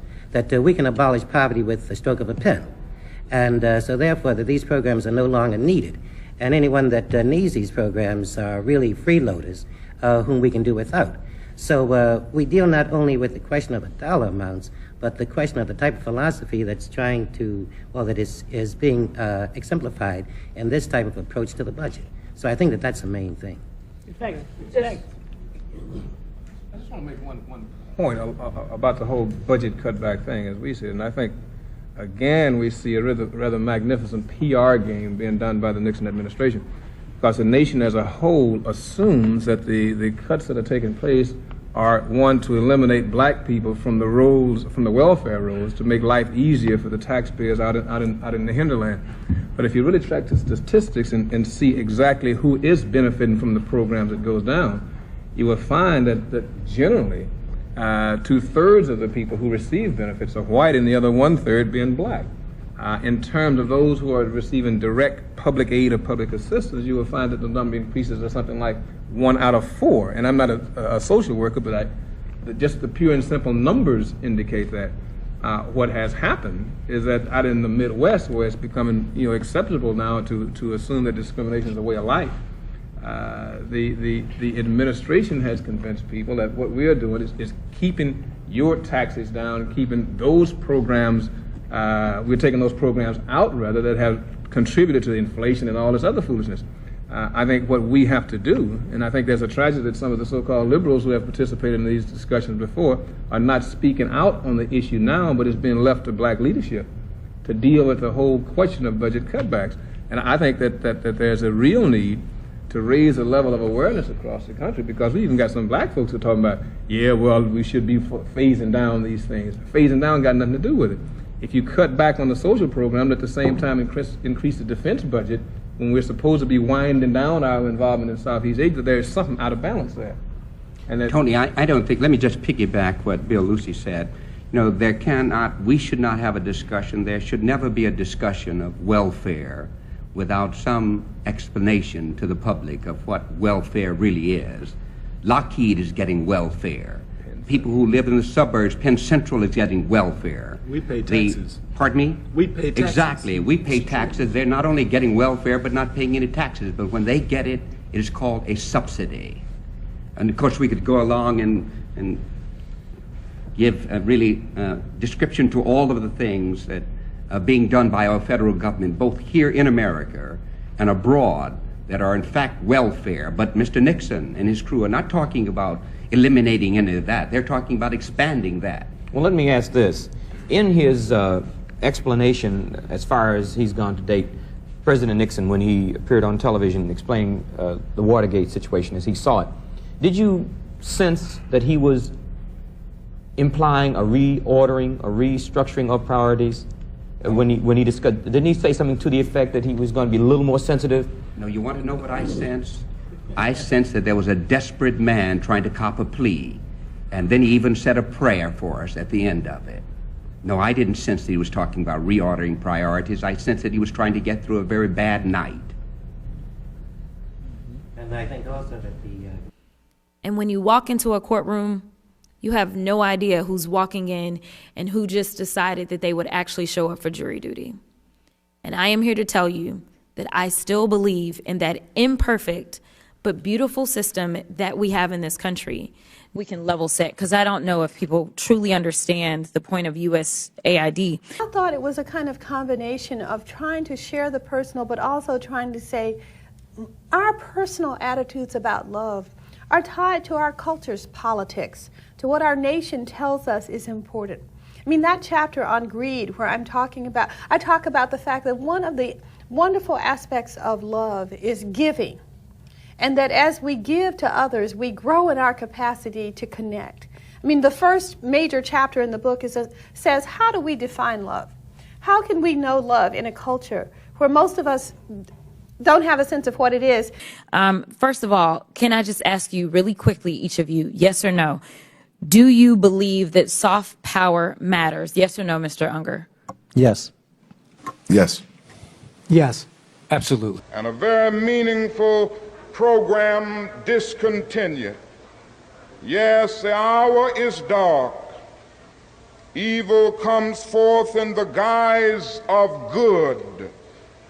It is a time of double talk when men in high places have a high blood pressure of deceptive rhetoric and an anemia of concrete performance. Okay, so for the American people, because I don't know that there's been a conversation about soft power, but soft power is basically our way of building diplomacy around the world. And so how we build that diplomacy probably looks different in every different administration.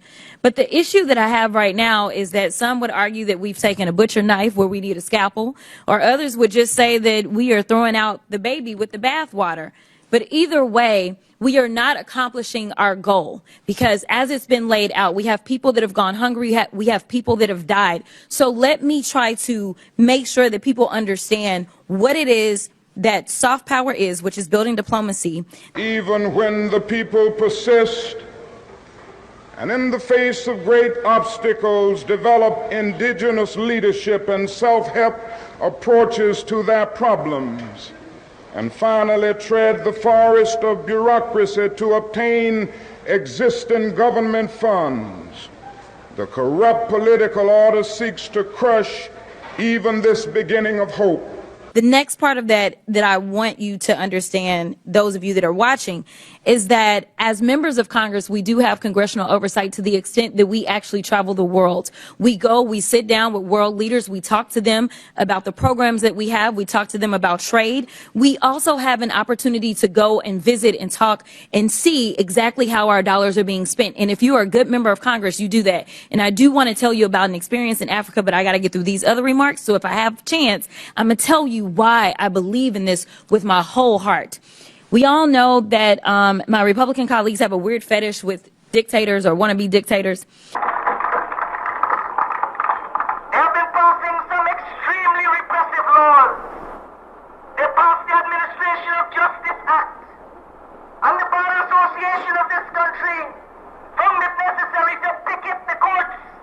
They found it necessary to take industrial action to demonstrate their protest against that legislation. They said then that this was a very sinister development because this act could be used for political victimization and for use against political enemies of the regime. And we have seen this come to pass. We have seen Guyanese people being denied the right to jury trial, an extremely important right, the foundation and cornerstone of justice. And today in Guyana, that right has gone by the board. But that was not enough. They found the Administration of Justice Act. When they tried to apply it to Brother Abata, the thing wasn't working too perfectly. Because in spite of the genius Shahabuddin, these acts are concocted in political backrooms, and they have no serious substance in law. So what did they have to do? They have to return to the Parliament in the middle of a case and change the law. And they passed a new thing, a new monstrosity called the Criminal Law Bill. Well named, since it has been passed by criminals. So it should not come as a surprise that they're here attacking global democracy programs. For 6 decades, USAID has been vital in reducing global poverty and hunger, helping to resolve health threats like the Ebola outbreak, which reached Dallas, where I represent, in 2014, and countering regional threats from Russia and China. Not only is pro-Putin President Trump threatening economic warfare against our closest allies and partners, he's blaming Ukraine for Russia's invasion, threatening military force against Greenland, and starting tariff wars with Canada and Mexico. He's also defying a court order to release billions of dollars in U.S. foreign aid. This committee should be providing oversight of the executive branch's illegal impoundment of federal funds. But we're here today so the chairwoman can peddle new conspiracy theories about U.S. foreign aid. Day after day, in the RAG, the Chronicle, we can see some nonsense about people attacking the police. 10 police with Berettas surround a man, and he decides to attack them with a cutlass. And the young people of this country were deprived of work. And when you deprive people of work, you deprive them of the right to life. You begin by depriving them of the right to life. They are driven into extreme situations, and then you mow them down on the streets. That is the degeneration to which I'm drawing your attention. And it has drawn the attention of the Consumers Association and Sister Cox, who has come out recently and spoken about this degeneration, must be commended for that stand. The dismantling of USAID is just another part of the Republicans' chaotic foreign policy and pro-dictator agenda. Republicans are turning their backs on American farmers who provide nearly half of USAID's global food assistance. I'm going to stop here really quickly. We really got to the substance of what we're dealing with. That what we got was a lot of rhetoric, a lot of waving of the flag, and then you're supposed to go away feeling that Watergate is just going to disappear. And I think that it was an unfair trick to play on the American public. Well, you know, we are. It's one thing, I'm sorry, it's one thing, that is the only president in the history of my time, and I'm 56, that can talk an hour and never say nothing. But we also have to ask ourselves what the real meaning of that Watergate affair is. And I think it's important, especially for those of us who are here this afternoon, to recognize that if the Republican Party will go that far to sabotage the Democratic Party, to sabotage that kind of opposition, what have we already been experiencing insofar as repression is concerned, and what will we as black people have to face in the future? Because there are many of us who feel that not only the Republican Party, but the Democratic Party as well is committed to upholding a system of exploitation and racism. It seems that our legislative assemblies have adopted Nero as their patron saint and are bent on fiddling while our cities burn. Because I think what happens is that when the American people hear that we're sending out money, they believe that we're just dropping bags of money places. And that's not what we do. But let me tell you, China does. China does. Because I've sat down and I've talked to people, and one of the reasons that we are behind China is because they have argued that there is no red tape. And China is like gangsters. But there are other forms of violence, sisters and brothers. The hidden forms of violence practiced by the state, to which we must also draw attention. First to understand this violent state, we need only look at the history of the ruling party. How did it come into power? We know how it came into power. We need to tell the children how it came into power. It came into power by a well-orchestrated plot by the CIA and the British intelligence services that installed this regime on the backs of the Guyanese people. That is how it came into power. Like, think about the biggest, baddest guy offering you money when you want it, like a loan shark, right? And then when they come back to get their money, they want your firstborn, your secondborn, and everybody else. That is who China is. But a lot of people that are desperate for money, they go for that because in America, we're going to say, no. We're going to take care of our farmers. We're going to make sure that our farmers are the ones that are giving you the food. We're going to make sure that if you want arms, those arms are going to come from us. So I want people to understand we don't just go with black bags and drop off bags of money like that. It's not that simple. But I want to get to a couple of questions because I know I'm running out of time. Mr. Unger, the chairwoman stated that, quote, the federal government has been sending billions after billions of dollars to push left-wing ideology, fund radical extremist groups, and usurp the will of the people abroad and here at home. Is saving 20 million lives through the president's emergency plan for AIDS relief, or PEPFAR, part of some left-wing ideology? Yes or no? No, in fact, Okay, I gotta PEPFAR go. was created by Republicans. It was created by Republicans. Thank you for that fact. In fact, it was a Bush, a Texan. What about eradicating polio in nearly every country and cutting malaria deaths in half? No. Okay. So here's the other thing, and I don't know if anybody knows the answer to this question. We have been talking about USAID and trying to pretend like it's the devil, but when we look at the numbers, is it 50% of our budget that goes to USAID, Mr. Unger? Yes or no? The money that goes to AID is less than 1 cent if all of the federal budget is $1. When we foolishly maximize the minimum and minimize the maximum, we sign the warrant for our own day of doom. It is this moral lag in our thing-oriented society that blinds us to the human realities around us and encourages us in the greed and exploitation which create the sector of poverty in the midst of wealth. Again, we have deluded ourselves into believing the myth that capitalism grew and prospered out of the Protestant ethic of hard work and sacrifice. The fact is that capitalism was built on the exploitation and suffering of black slaves.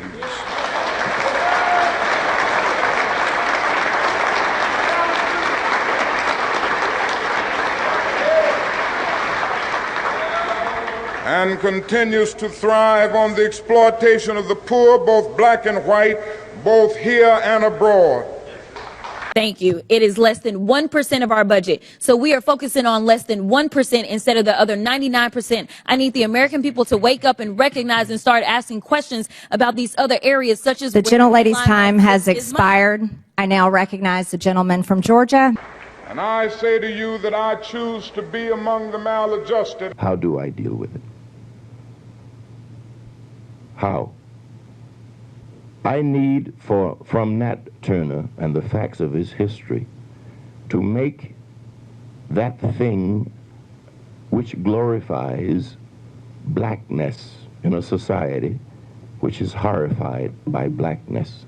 Number one is to know who you are and learning to love who you are. Because you can't love anybody else if you don't love yourself. Charles and I used to say every day in Seattle, not one drop of my self-worth depends on your acceptance of me. Every day. That was the deal with racism and everything, because you don't want an external force defining who the hell you are. Now, in the black community now, there is a new thing happening.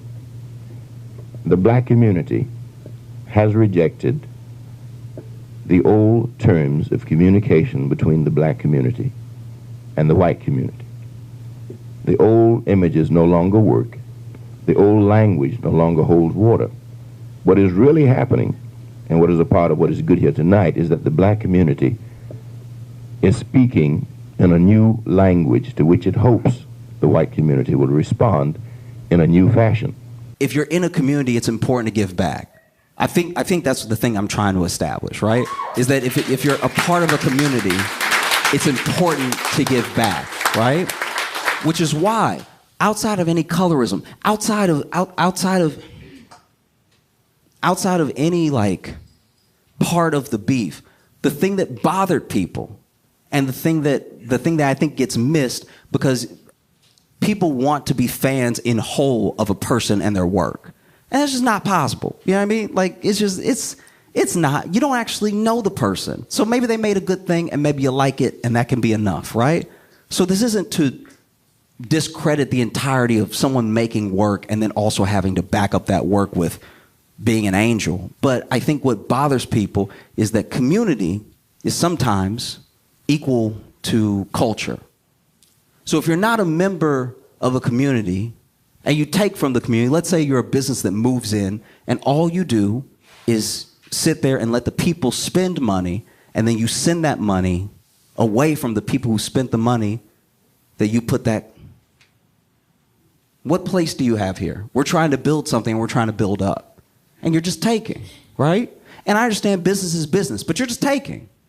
I guess many of you have heard it said that his financial support comes from a rich man in Texas. I heard that while I was in the movement, I've heard it more since I left the movement. A rich man in Texas. You can look up, any of you can look up his name. But the FBI knows that too. But they still don't touch it. And I think that's what bothers a lot of artists about Drake.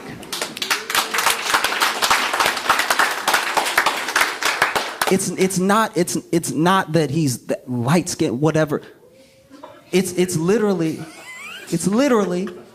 I promise you, it's the fact that you're not actually trying to be or in the community, but you take, and what do you give? And never have I seen a man, and this rich man who lives in Texas, by the way, lives in Dallas.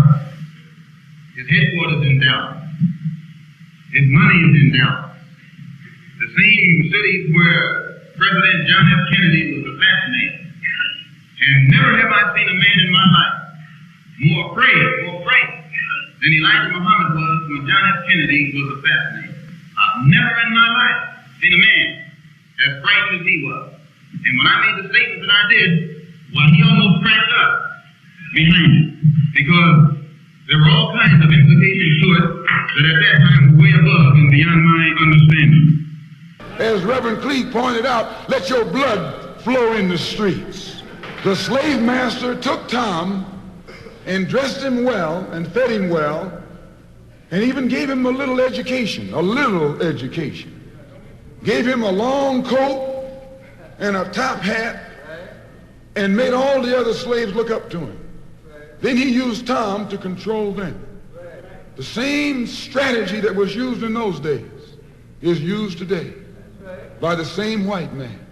He take a Negro, so-called Negro, and make him prominent, build him up, publicize him, make him a celebrity, and then he becomes a spokesman for Negroes and a Negro leader. You're a billionaire unto yourself. Who else did you get out the house? Preach. Because Nipsey did so much, and he did it, and he left with a net worth of $8 million. How many hundreds of millions? How many hundreds of millions does Drake have? And I'm not telling anybody how to spend their money. I'm just saying that when we look at who's doing what and when they're doing it, you got a lot left. On dedication, you say you want real nigga reparations. What's your idea of real nigga reparations? Access, man. You know what I'm saying? Like, we boxed out. Even like Angela was saying earlier about like cryptocurrency and technology. We underrepresented in technology. I just opened a co-work space in my neighborhood called Vector 90. And so when we did our grand opening, Don Peebles, who's a billionaire real estate investor, came down and he's on the board with us. And, you know, he spoke, and, you know, my partner David Gross, whose idea was originally, he put facts about the wealth inequality on the wall as like the aesthetic of the building. And you look at Facebook, you look at Google, you look at all of these multi-billion-dollar technology companies, and look at their demographic. It was like a bar chart: white, Asian, you know, black. It was like less than, the highest one I seen, I think, was Facebook with like 9% black people working in that company. How many of us got Facebook? All of us. All of us. How many artists who got hundreds of millions of followers are black? And you know, they leverage their value off the amount of people and eyeballs. So that's what I mean when I say right now at this moment. You know what I mean? That would be what that term represent. Like, we want access, you know what I mean? We should be included. And not only shouldn't nobody let us, it shouldn't be affirmative action. We should be educating ourselves and being actively pursuing that knowledge. You know what I'm saying? And also be aggressive with saying, bro, don't play with me with the way you position your business model. We aware. Don't play with me, homie. I'm gonna be disrespected like you spit in my face. It's actually more disrespectful than spitting in my face. You know what I mean? So that's what I meant by that.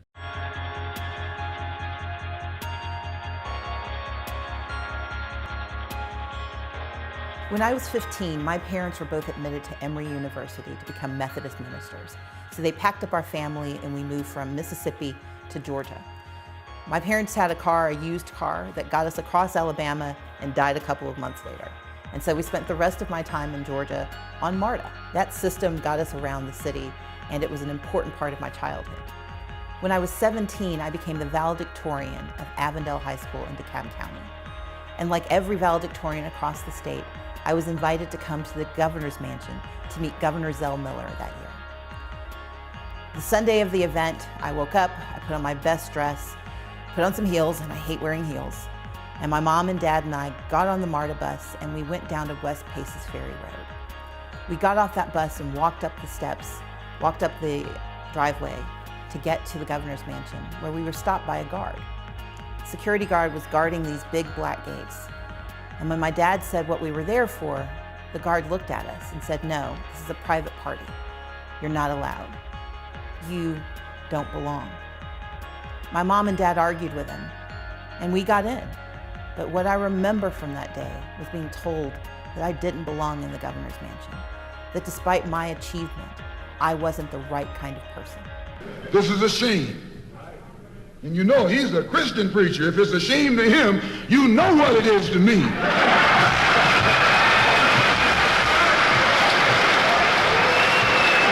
Because nothing in our book, the Quran, as you call it, Koran, teaches us to suffer peacefully. Our religion teaches us to be intelligent, be peaceful, be courteous, obey the law. Does this entail any basic change in the philosophy or political approach of the Black Panther Party? No, we've always been nonviolent. We encourage nonviolence. But and that means that we never initiate violence. Respect everyone.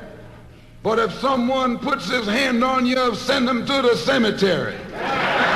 But we, just as the Vietnamese people, are using self-defense whenever we have to engage in a physical combat. But really, we have a motto within the party. It says that we're advocates of the abolition of war. We do not want war, but war can only be abolished through war. And in order to get rid of the gun, sometimes it becomes necessary to take up the gun. I am only asking you to believe that it was art, and I hope I'm not sounding pretentious, that it was art,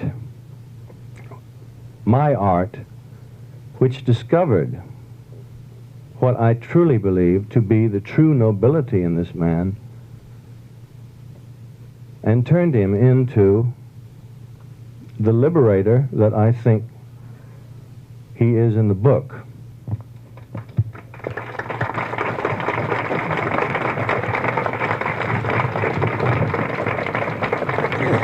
Thank you. I think that's it. Done it. Very well done, Jim. Thank you. This will be my last statement, which I shall hope to be brief. I began my first statement to you with two presumptions, gross and egregious, that I felt in being in this position, and I shall close by telling you what the third presumption is. But before I do that, one or two comments relating not necessarily to Mr. Styron's book, but to the uses of books in relations, in this instance, to black people in America. I've often wondered, I imagine you have too, how such an important book as Uncle Tom's Cabin, creating a character, Uncle Tom, who Mr. Lincoln said was one of the causes of the Civil War, should ultimately wind up being so despised and hated by the black people. Why did this happen? Miss Stowe certainly had no axe to grind against blacks. She was by no means a racist. Her intention really was to alleviate the conditions of the black men and women in our country. And yet, somehow, ultimately, we came to hate and despise Uncle Tom. There are two reasons, and they're relevant to what we're talking about tonight. One is that Uncle Tom, for all of his great values, was given to us and did not grow out of our own experience. We did not create him. He came from someone else. The second and far more subtle point was that Uncle Tom's characteristics were created basically to elicit the sympathy of the white community who had the power to do something about Uncle Tom's condition. This was because Uncle Tom couldn't do it himself. Now, we've had two kinds of heroes in our country, two kinds of black heroes, those who were modeled on Uncle Tom, those who did not have the power to change their condition, but had only the power by their own morality and their goodness and their sanctity to make white people guilty enough to change it. That was one kind of hero. And there was the other kind, the outsider, the rebel, Nat Turner, Denmark Vesey, Gabriel Prosser, guys like Marcus Garvey. What satisfaction can anyone get in being happy and see his brother wallowing in filth, dirt, and disease? How can you be happy living in luxury and your brother's living in disease? And then when you try to help the one out of the disease, the subtle culprit talks about disloyalty. Black men of Carthage, black men of Ethiopia, of Timbuktu, of Alexandria gave the light of civilization to this world. Ethiopia shall stretch forth her hands unto God, and princes shall come out of Egypt. Because classes, nations, races have been quite quiet for over 4 centuries. Who was merely born abuse, insult, humiliation, whose forbearance can only be compared to the prophet Job, has likewise lifted his bowed head and raised it up to God's skies and cried out, I am a man, and demand a man's chance and a man's treatment in this world. Make a statement. I have something to say. Nice and loud. Okay. Nice and loud. I would like to call attention of a legal lynching that is about to take place in New Haven, and that is the legal lynching of McLucas. McLucas' jury will go out on Tuesday. We're calling for the community to come and give the racist judicial system of this country, and New Haven in particular, a mandate. And that mandate will be against this lynching that's about to take place. Only the power of the people can stop this. I know from experience that the people can transform society and can surely free political prisoners and prisoners of war.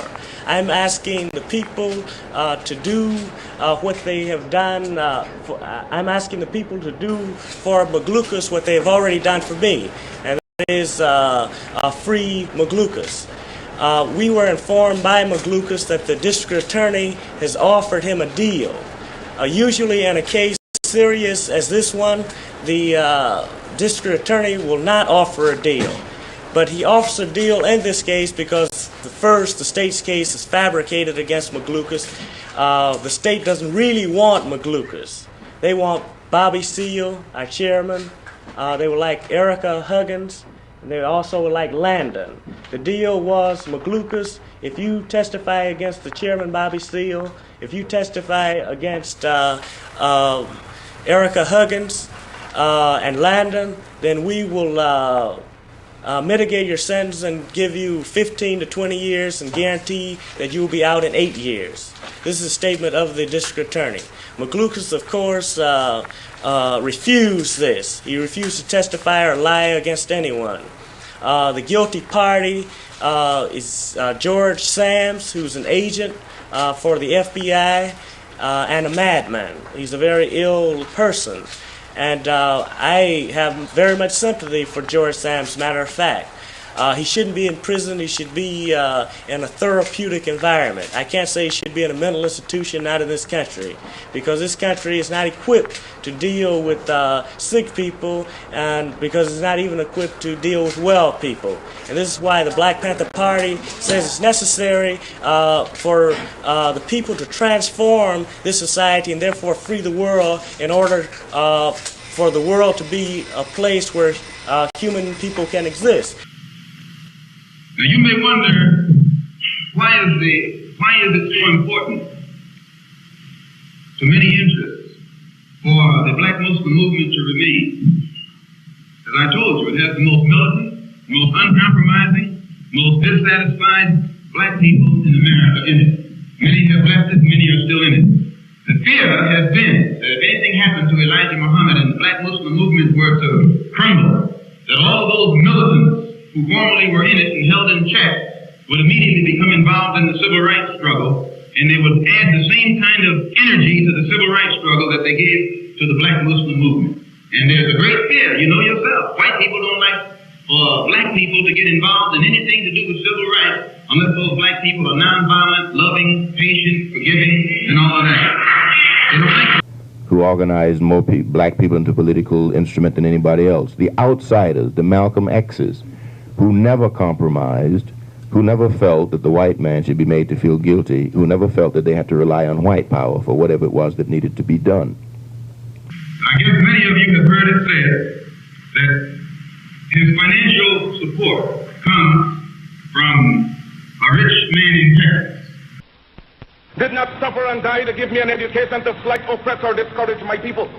Because whatsoever education I acquired out of their sacrifice of over 300 years, I shall use for the salvation of the 400 million black people of the world. And the day when I forsake my people, may God Almighty say there shall be no more life for you.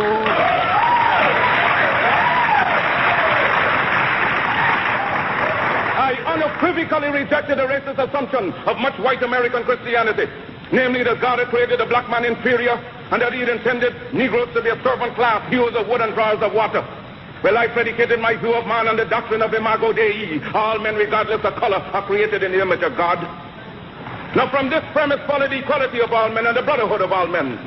The biblical injunction of Acts 17:26 reminds us that he created of one blood all nations of men that dwell on the face of the earth.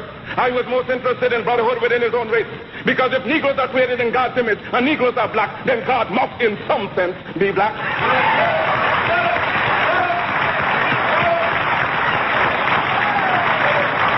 If the white man has the idea of a white God, let him worship his God as he desires. We have found a new ideal, because whilst our God has no color, and yet it is human to see everything through one's own spectacles, and since the white people have seen their God through their white spectacles, we have only now started to see our God through our own spectacles. You know, I'm a Baptist preacher. That's a good religion. In fact, that's that old-time religion.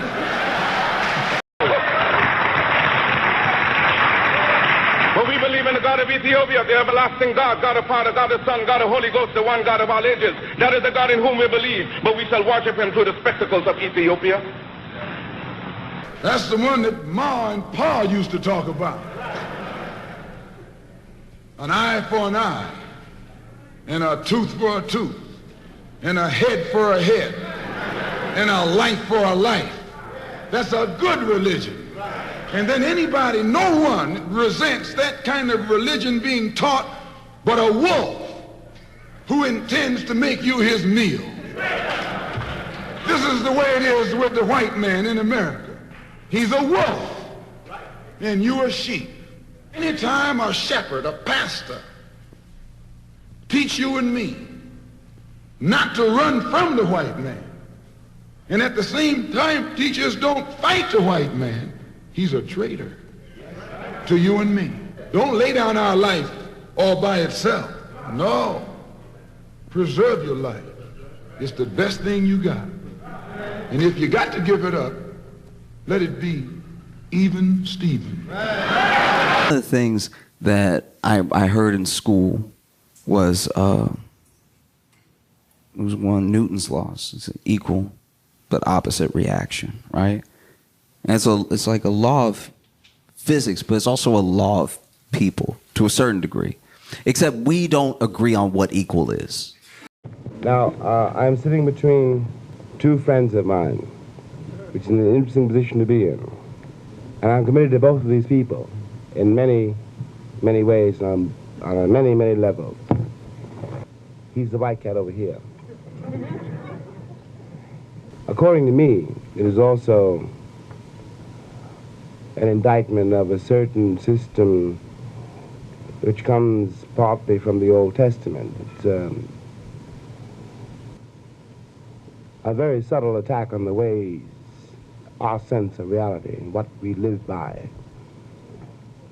Tony, you pointed out just then with regard to the Jewish community that had there happened within the realm of the interest of the Jewish community that which happens, and you're mentioning in Mississippi to Fannie Lou Hamer, there would have been a different response.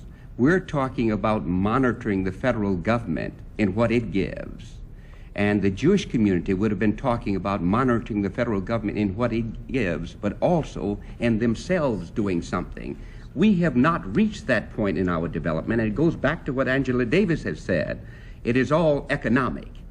And here is when our ideological differences began to interfere with our ability to function as a collective group. Now, I draw a lot from Jewish experience because the Jews have been relevant to the history of the black man for a long time. Although there is a tendency in the black community now to cease being black Jews and to become black Irishmen, and this explains a lot of the trouble we got to go. There is, at present, as expressed in an article in the New York Times, concern in the Jewish community about the fact that 25, 30, 40% of the marriages in Jewish families take place between youngsters who marry outside the religion. And you might say, so what? That's fine, let it go, forget it. It's good to happen. But what does that mean to those who think that being a Jew is an important thing and that that thing should be continued? What must the Jews do to enable their children to want to marry Jews more than they want to marry the blondes they see associated with the motor cars and the razor blades? They must find heroes and heroines among their own people who so clearly represent that which is positive and beautiful and healthy that their children will look and say, aha, that is for me. And if this is true for the Jews, how much more must it be true for the blacks? Had been Jews, the national Jewish community would have fed them. Israel would have aided them. This is, we say on one hand that we can't depend on the federal government. Then when a black person's in trouble, we say the federal government should do something. I think another point in terms of our past experience with disaster areas, and I think that perhaps we can advance this discussion a little further using this example, is that in the past when we have had disaster areas in the South, Mississippi in particular, the federal government has acted in a discriminatory fashion in administering disaster aid. And one of the things that was needed then was close monitoring by a concerned black community, by skilled black people to go in and at first address the immediate problems that the people had, but as well to make the federal government live up to the standards that it had enunciated for itself.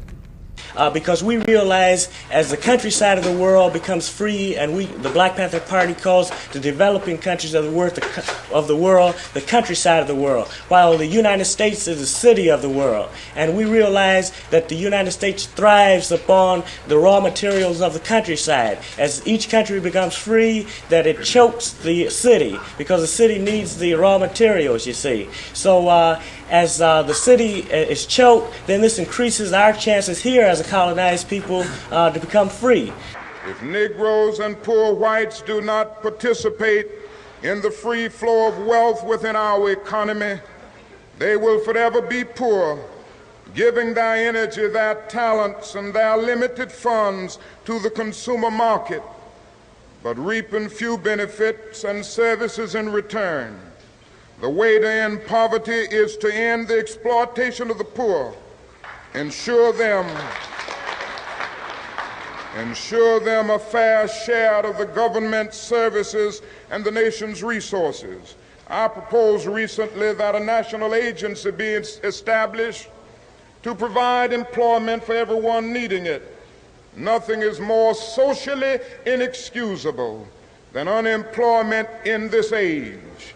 In the 30s, when the nation was bankrupt, it instituted such an agency, the WPA. That we can come to understand the nature of the state today. Well, these overt forms of violence, you realize, for example, that whenever the question of power is put on the agenda, whenever it's a question of elections or the referendum, whenever it's a question of worker action in defense of their interests, the nakedness of the violence comes out for all to see. And this violence has taken some terrible forms in the recent months. We have seen and lived through political murder. We have lived through the murder of Father Dark, murdered by the thugs of the regime outside the main police station of this city. But we stand here tonight and tell you that in spite of the pressures, in spite of the courts, in spite of the police, in spite of the thugs, the Working People's Alliance is not liquidated. Whoever was necessary to relieve the pressure from their people, they could move to get themselves exempted or excluded. We must be unified. It's not necessary to be unified. We must be powerful. All right, thank well, you. you're going to get power from unity. All right. Brother Sutton. Only way we're going to get it. Yo, I treat this like my thesis. Well-written topic broken down into pieces. I introduce, then produce words so confusing.